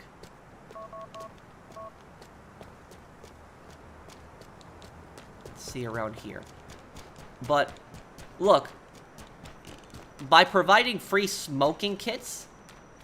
Oh, I was right. I was really close, anyways, in my prediction here on the thing. So, by providing free smoking kits, you're making the problem actually worse. Because people who couldn't get crack pipes are now going to smoke crack through those. So, literally, I tell you something. What I would do about the drug epidemic in New York, if I was able to pass whatever law I wanted to, right? What I would personally do to fix the drug crisis in New York is, what I would do is, I would make it so that possession of drugs itself does not result in jail time. The drugs would still be illegal, like, you know, crack, cocaine, heroin. I would still make those drugs illegal, but it would not be legal to. You wouldn't be sent to jail for possessing them. However, though, that doesn't mean that people that have those drugs would be able to go scot-free either. What I would basically do is I would put a system in place. And so if somebody is caught with drugs, as long as they're not a drug dealer, if they're a drug dealer, send them to prison.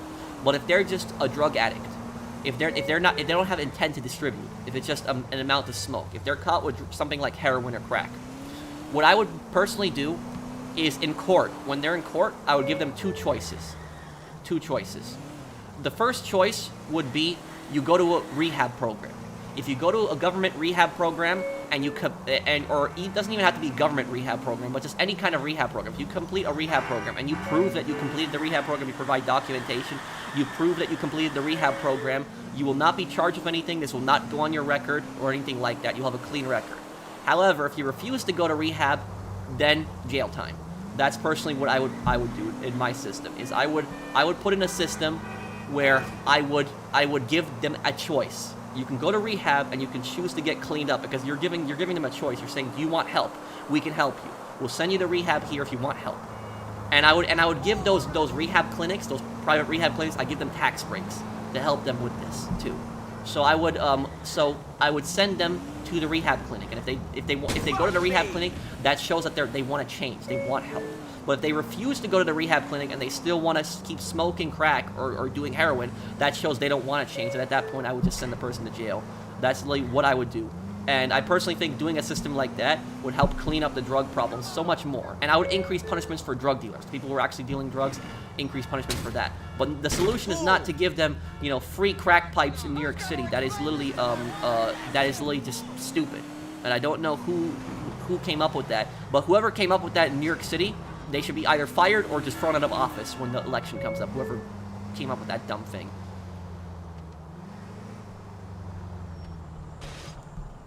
Oh wow, Trigger Happy, thank you for the super chat. Thank you, man. What currency is that?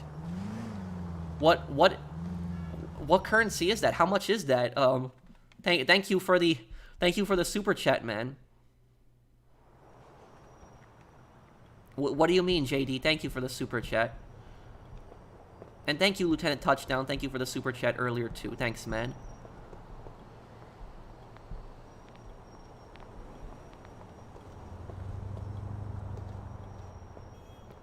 Happy birthday, Pro. Sorry I'm late. Glad to see you playing this game again. Thank you, George.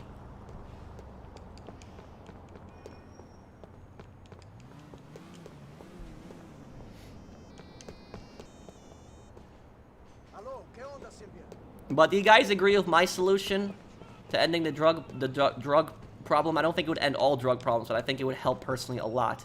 That's it, is, you know, you don't send the drug addicts to jail, instead force them to complete rehab. And if they don't want to do rehab, then send them to jail, because you're giving them a choice. You do rehab, and you don't go to jail, and you get a clean record, but if you don't want to do rehab, then we'll send you to jail. That's really what I would personally do. And that's what I'll say is that is what Portugal does, for the most part. But thank you so much, Trigger Happy. Thanks, man. I would have to check what currency is that. I would have to, because I don't know. I don't think I've seen that currency before. I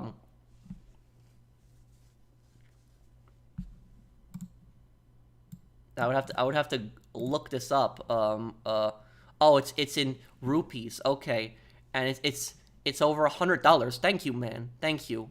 You giving me one of the largest super chats. Thank you, man. I do really appreciate it. Thank you, Trigger Happy. Thanks, man. It's not much, but your content means a lot to me. Well, thank you, Walter. I always appreciate any amount. And guys, don't feel like you have to give me a donation for me to read your comments. I try to read as many comments as I can. I always appreciate it. I don't ever ask for donations, but I've never done so on my channel ever before. But the option is there, and whenever you guys do send one, I do heavily appreciate it. But don't feel like you need to send me a donation for me to be your friend or for me to read your comment. I'll be your friend and I'll read your comment regardless of it. But I always just read donations first because I see them and I want to thank people straight away. But I do really appreciate the donations. Thank you guys so much, and thank you. Thank you for that. Also, Trigger Happy. I do really appreciate the donation. Thank you, man. Thank you for that. Oh, and thank you, Cameron Paul. Thanks, man. Yes, we'll do SOCOM 2 this month.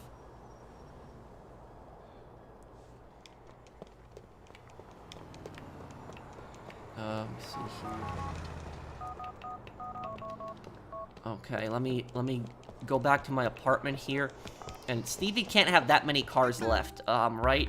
Like how many of Stevie's cars did I...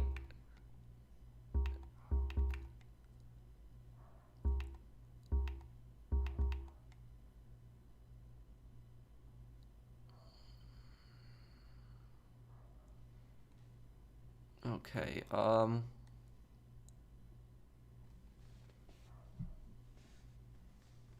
cars sold to Stevie. Okay. I need 6 more cars then here. I think it's 20 cars. I think it's... Is it 20? The Stevie... How many is it? Is it 20 cars that Stevie has you deliver?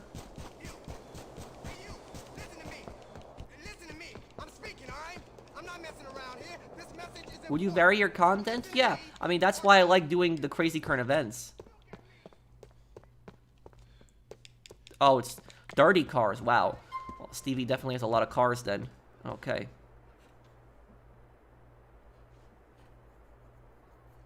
No, I've never driven in New Hampshire. Yes, I'm gonna be doing another freelancer campaign soon.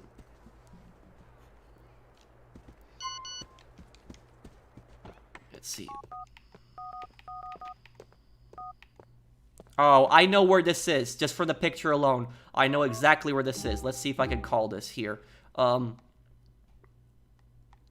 This is gonna be right here. Let's see. And not only that, I recognize the exact same place from Chinatown Wars. That's the place where Huang meets that's the place where Huang meets the detective. Oh, damn, his name is slipping from my mind right now.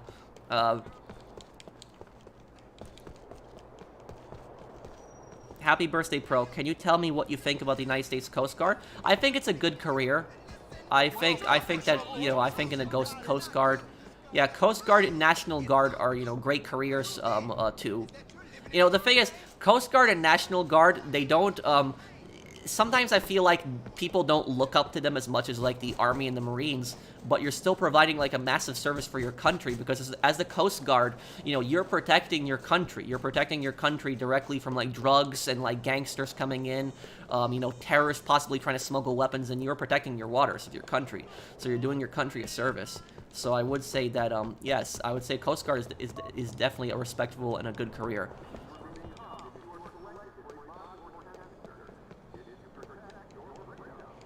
What I think happened to Donald Love? I'll probably do a video on him in the future. Get in here. We're going to Frank. Oh, King of Killing, I'm sorry if I missed your super chat. Thank you. Wanted to give this to you as well. Happy birthday, Pro, and thanks for all the amazing content and being yourself. Thank you, Bunny. Thanks, man.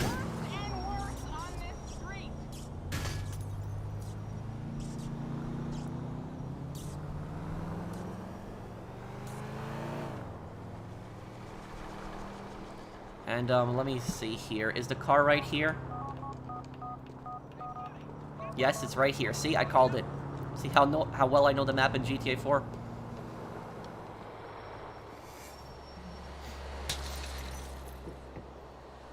Okay, let me just see here. Let me just see here.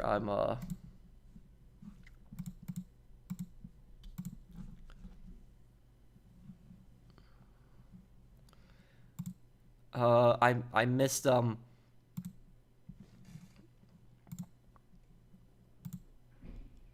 Happy birthday, Patrick. Love from the UK. Well, thank you. And thank you, Bada Bing, also earlier for the super chat. And thank you, Cody. Thank you, Cody, and thank you, Peter. I'm doing good, Peter. Thank you for that super chat, too.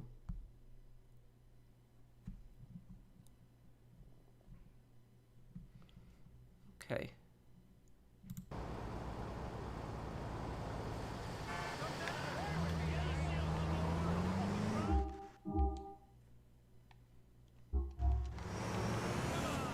What are your thoughts on nuclear power plants? I'm not necessarily against nuclear power as long as it's controlled, in a safely manner. I would say that it's fine in my opinion. Nuclear power, as long as you don't have a meltdown, it is actually very clean compared to other ways to produce electricity. So it is that people point to Chernobyl a lot of times, but it was because Chernobyl, the Soviets had no idea what they were doing, and they were being very cheap with their reactors. Come on, step on the gas pedal. Thank you, Diff, for the super chat too. I know it. Well, there is human error, but that's why you have to have people that absolutely know what they're doing working on it. Did I say it's fine? Oh, I accidentally jumped out.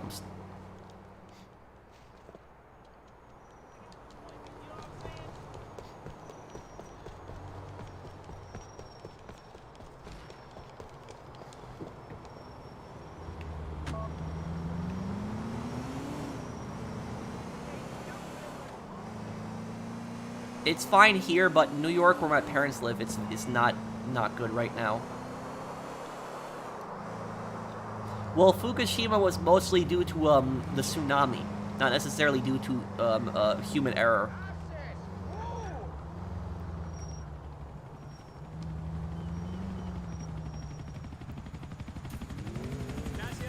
What's your thoughts on Apple's $3,500 VR headset? I think it's stupid. How can they charge that much money for a VR headset? I would be scared to put the thing on my head because I'd be scared of breaking it.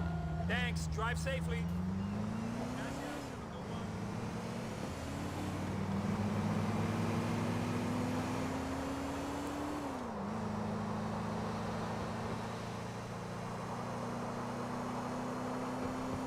Well, nuclear weapons are actually something completely different. That's very different. Come on! In the ideal situation, we wouldn't want any country to have nuclear weapons.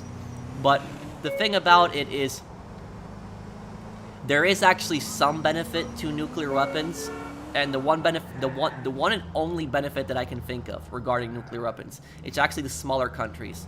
Smaller countries that might have nuclear weapons, if they have nuclear weapons, nobody's going to invade them. So they're not going to get picked on by larger countries if they have nuclear weapons.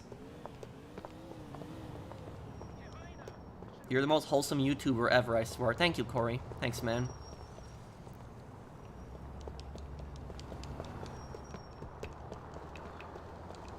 Okay, we'll do one more of Stevie's cars here. Yes, I'll play through Spec Ops The Line one day. A lot of people have requested that one.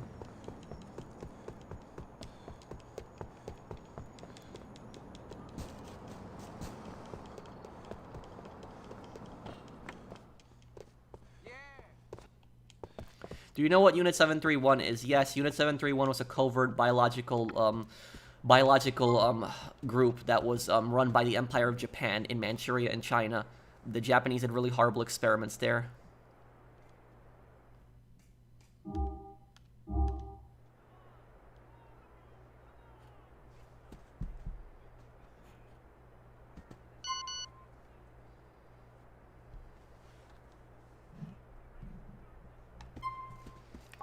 Okay, let's see Stevie. Oh, I know exactly where this is too. This is easy.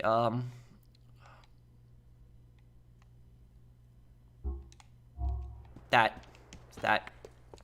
Let's see how good my geographic skills are. Are you a lion or a dog? I know which I'd rather be. I've taken the drugs. I know. I'm a lion, not a dog. Hey, Rom. Anything. I'm not, and you can't make me be. I love you. I love you. You call me Some guys think I'm soft. Fuck you. I thought that was my people's at first. We're going to walk. Not only do you not pay for the ride, but you make the car smell of pig shit.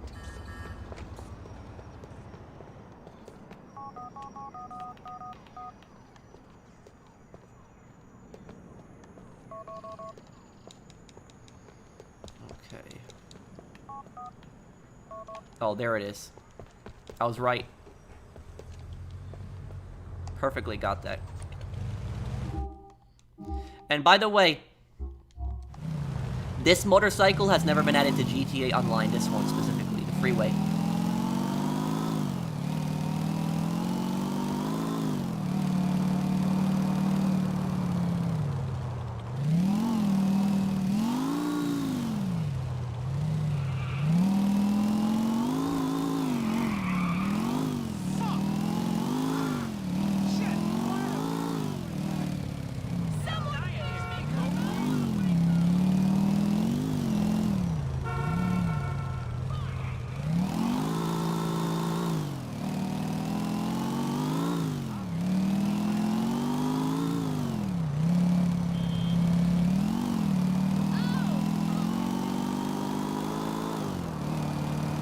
Let's get over there.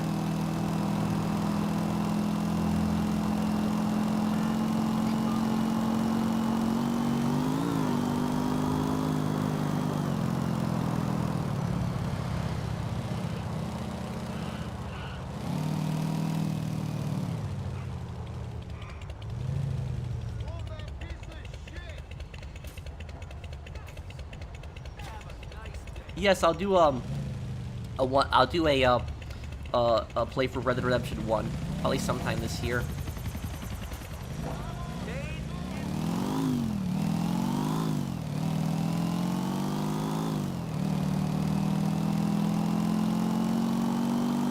Oh yeah, I agree. The driving in GTA 4 is definitely hard to get used to, but I just like the realism in it.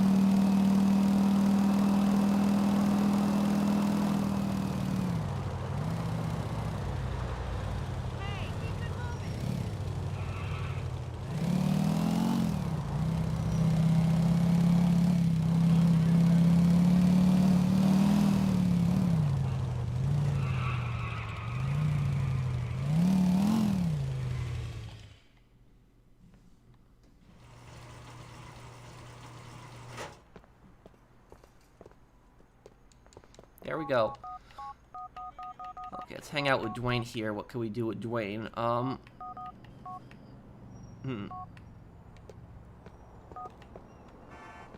Could do the drinking, too.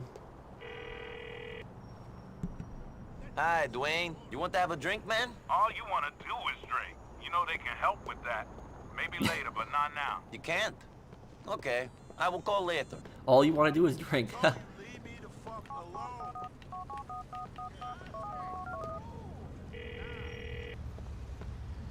It's Dwayne. Okay.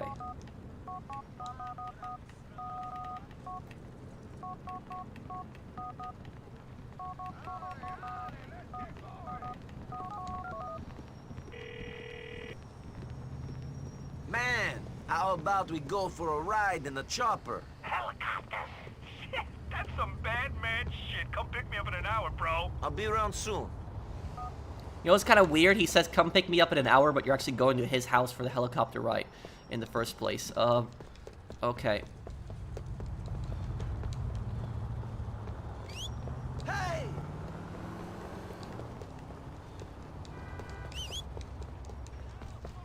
You know, so many people don't know about that you could actually whistle for a cab. Sit back and We're enjoy going the to ride. Rohanete. Yeah, I guess Dwayne is a bit pissed off at me Thank because you. I wasn't able to hang out with him earlier, but it's...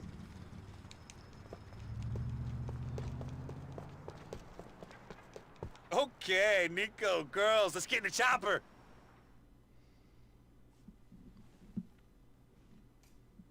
Get in! Why don't we go to the Get a Life building and buzz the tower? Show them what life really is like for those who know how!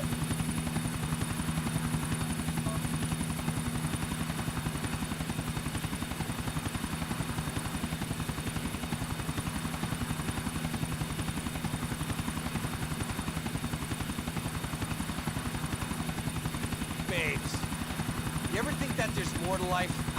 Get higher, man! I can give us some altitude, Nick. Get a Life, that's the building's name.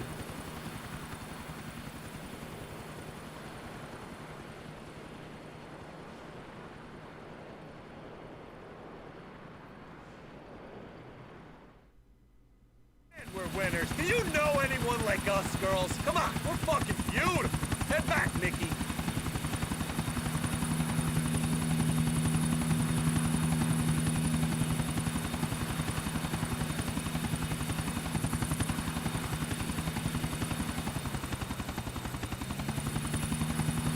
Hold on! We're gonna have some fun! Man, I love finding these babies. Every time I go on one of these, I know I'm weed, not cat. Man, I fucking love these things!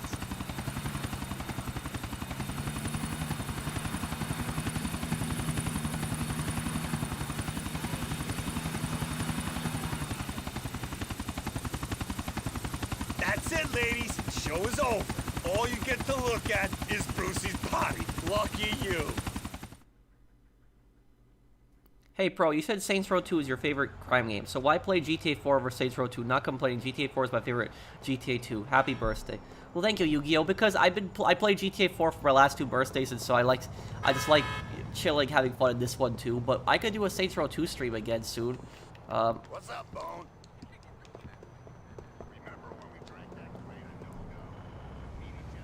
Well, the Frogger isn't in this game.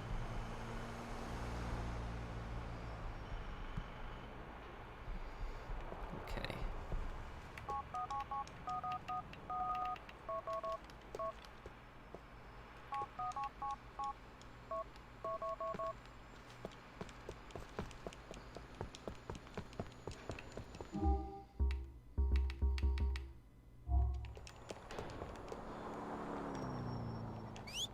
Get!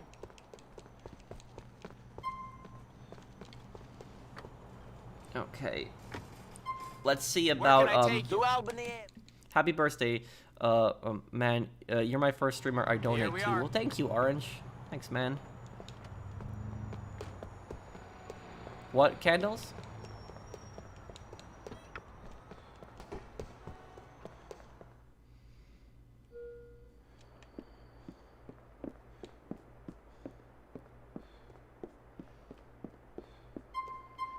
Okay.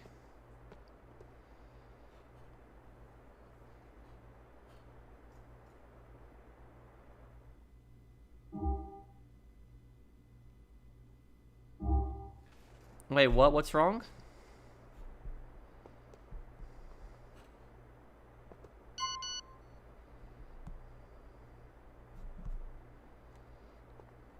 Okay, see Stevie's message here.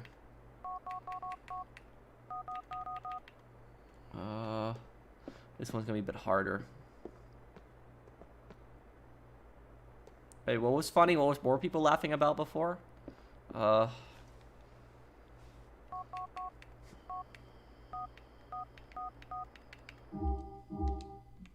I know where Boabo is.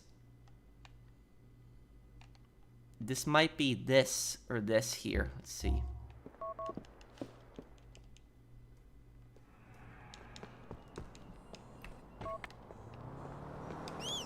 Mister! We're going to hoop. A fun way to go. Thanks. No, you don't kill Darden and Boabo.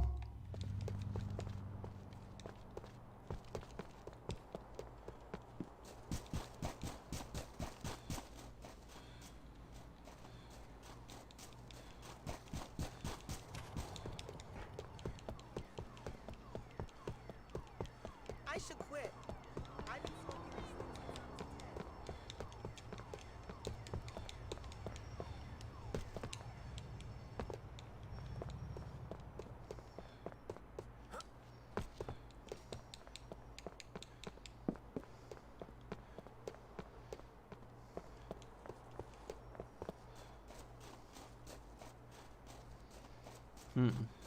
Hard work deserves a smoke break.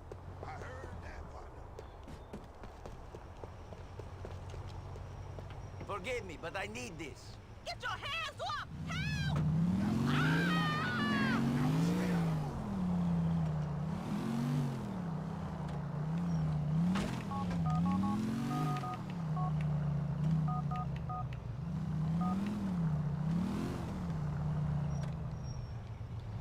That picture is a little hard to tell. This is probably the only one that I'm struggling so far with, is this one. Hey, baby, what's the word?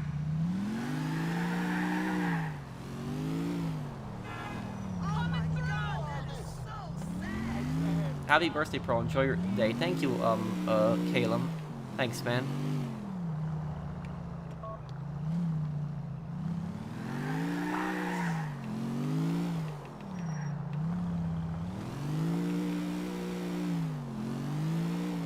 Might be down here.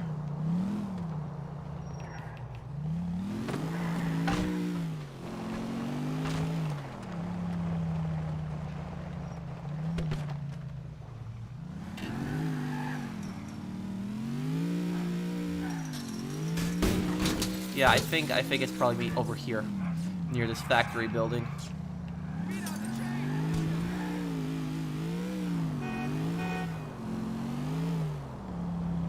Oh, no, actually, you were right. I'm sorry. The person that was saying it's where you killed Darden. You were right. I'm sorry. I was, it is in Boabo. Wow. I didn't think where you killed Darden. I didn't think that was Boabo. It is Boabo, actually. Yeah, you're right. Sorry. I made a mistake. You were right there.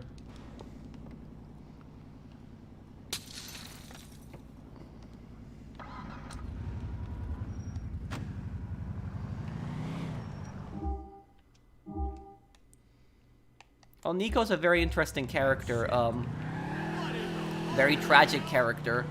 He has a very interesting backstory you don't oftentimes see in a lot of characters.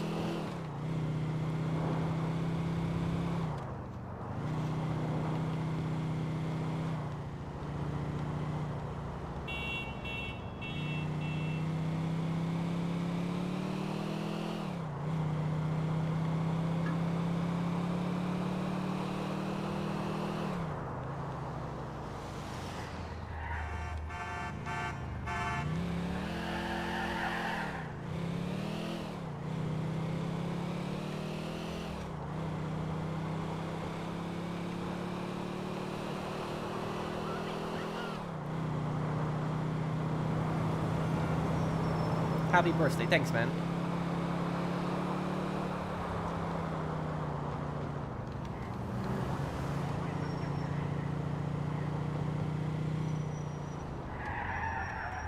Oh, come on, stop. Chinatown Wars from list of annoying characters in Chinatown Wars. Yes, Lester in Chinatown Wars is very annoying. What the? Oh, come on.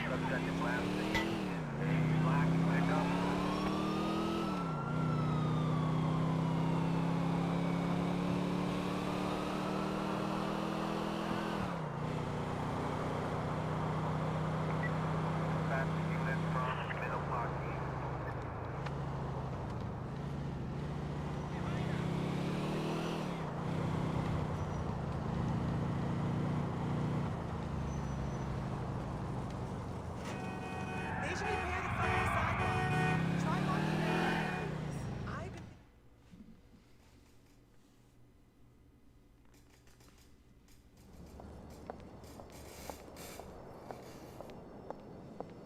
Let's see here. Oh, 7,755. I didn't want the garage to close.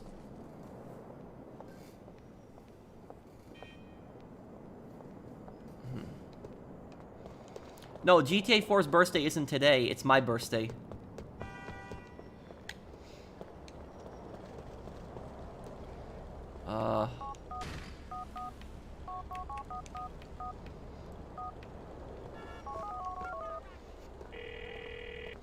Oh, this might wake Dwayne up. Dwayne, it's me. I'm gonna go get some food.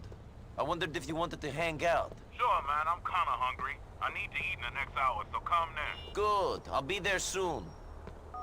Thought I was gonna wake Dwayne up.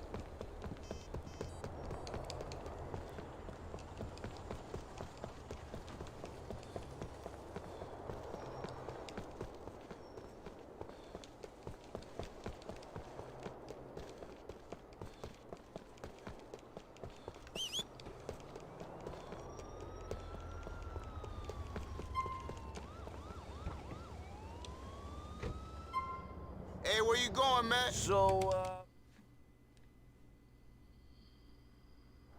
Here we are, man. End of the line. that's, very kind of you.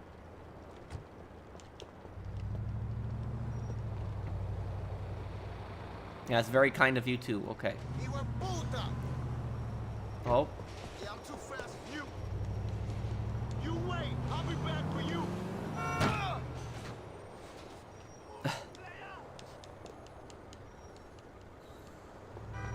Well, Packy actually goes to bed the latest out of all the characters.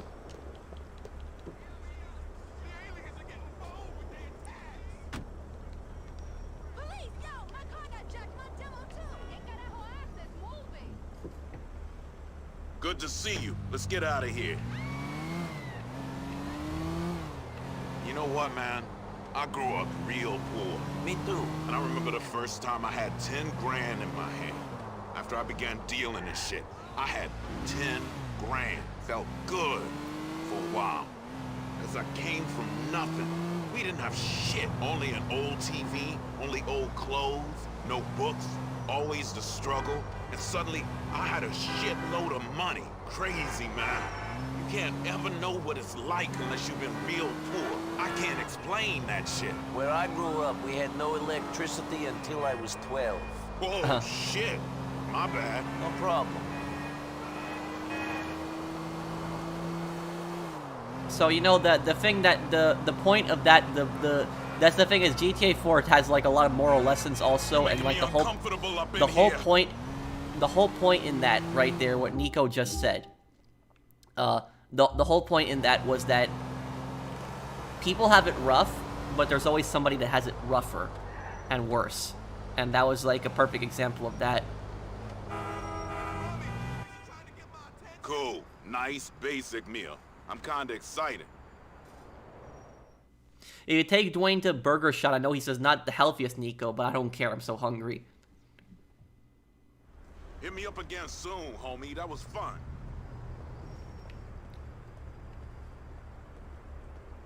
No, I don't have to drop him off? What happened? $100 seat at a diner?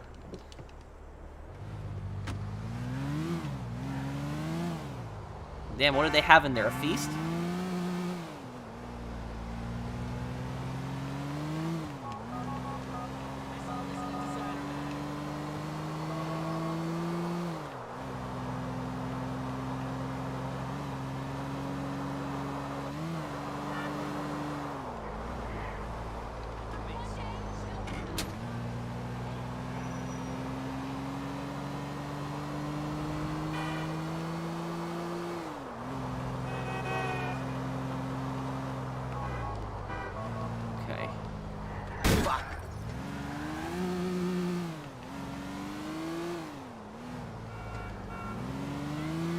Yeah, you do drop Eddie Lowe off at that diner.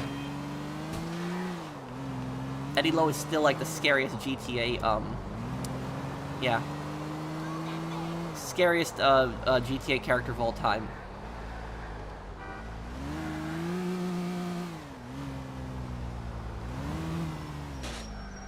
I can smoke more places in the Bing than I can on the outside. Whatever you say. All right.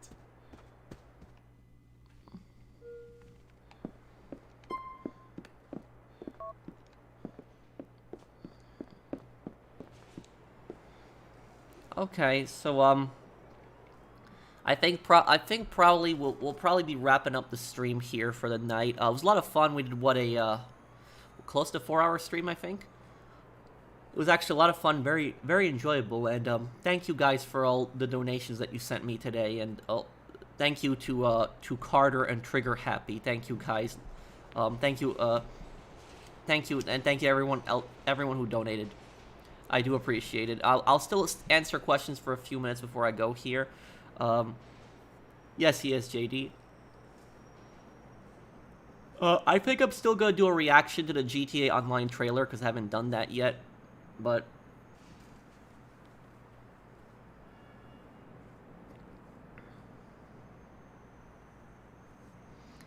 I'll do Red Dead Redemption 1 later this year.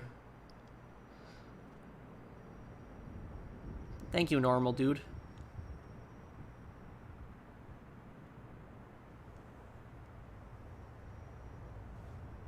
Shell Shock Vietnam. Well, the thing about that is that Roger Clark actually voices a character in that game. Maybe one day. Opinion of the Manhunt franchise, I gotta give it a try. I liked Outlast a lot, so I think I'll like Manhunt too.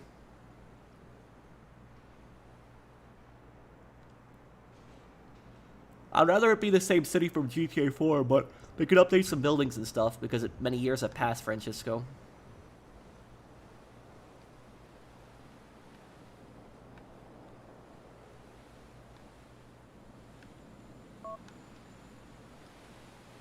Oh, is it gonna be night and raining? That's actually one of the more rare yeah, it's one of the more rare weather patterns in Liberty City.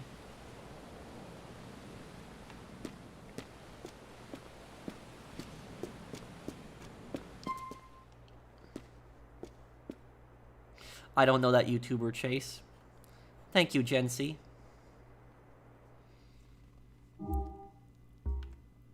Okay, look, wow, the last time we saved here was on my birthday a year ago, 6/07/2022, so we're gonna save again here.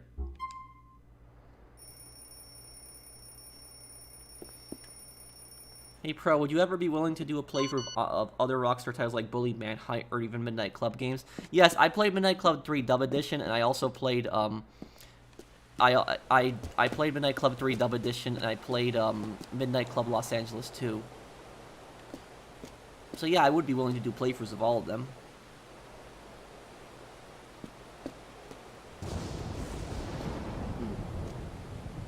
What are your thoughts on soft drinks? It's kind of unhealthy. I haven't drank any soda in years, though. But I guess I'll be going here, guys. Thank you, everybody who hung out with me on the stream, and thank you, everybody who donated, stopped by. And if you guys enjoyed the stream, please do drop a like. If you guys enjoyed the stream, it does mean a lot to me. So thank you guys for watching. I hope that you guys have a wonderful day. We'll do another stream on Friday, and either tonight or tomorrow, I'm gonna have a reaction to the GTA, Mercenaries trailer. I still gotta put that out. I wasn't able to put it out the other day because I was very busy, but I'll do a reaction to it. Thank you guys for watching. I'll see you guys on the next one. Thank you once again, and have a wonderful day, guys. Take care, everyone.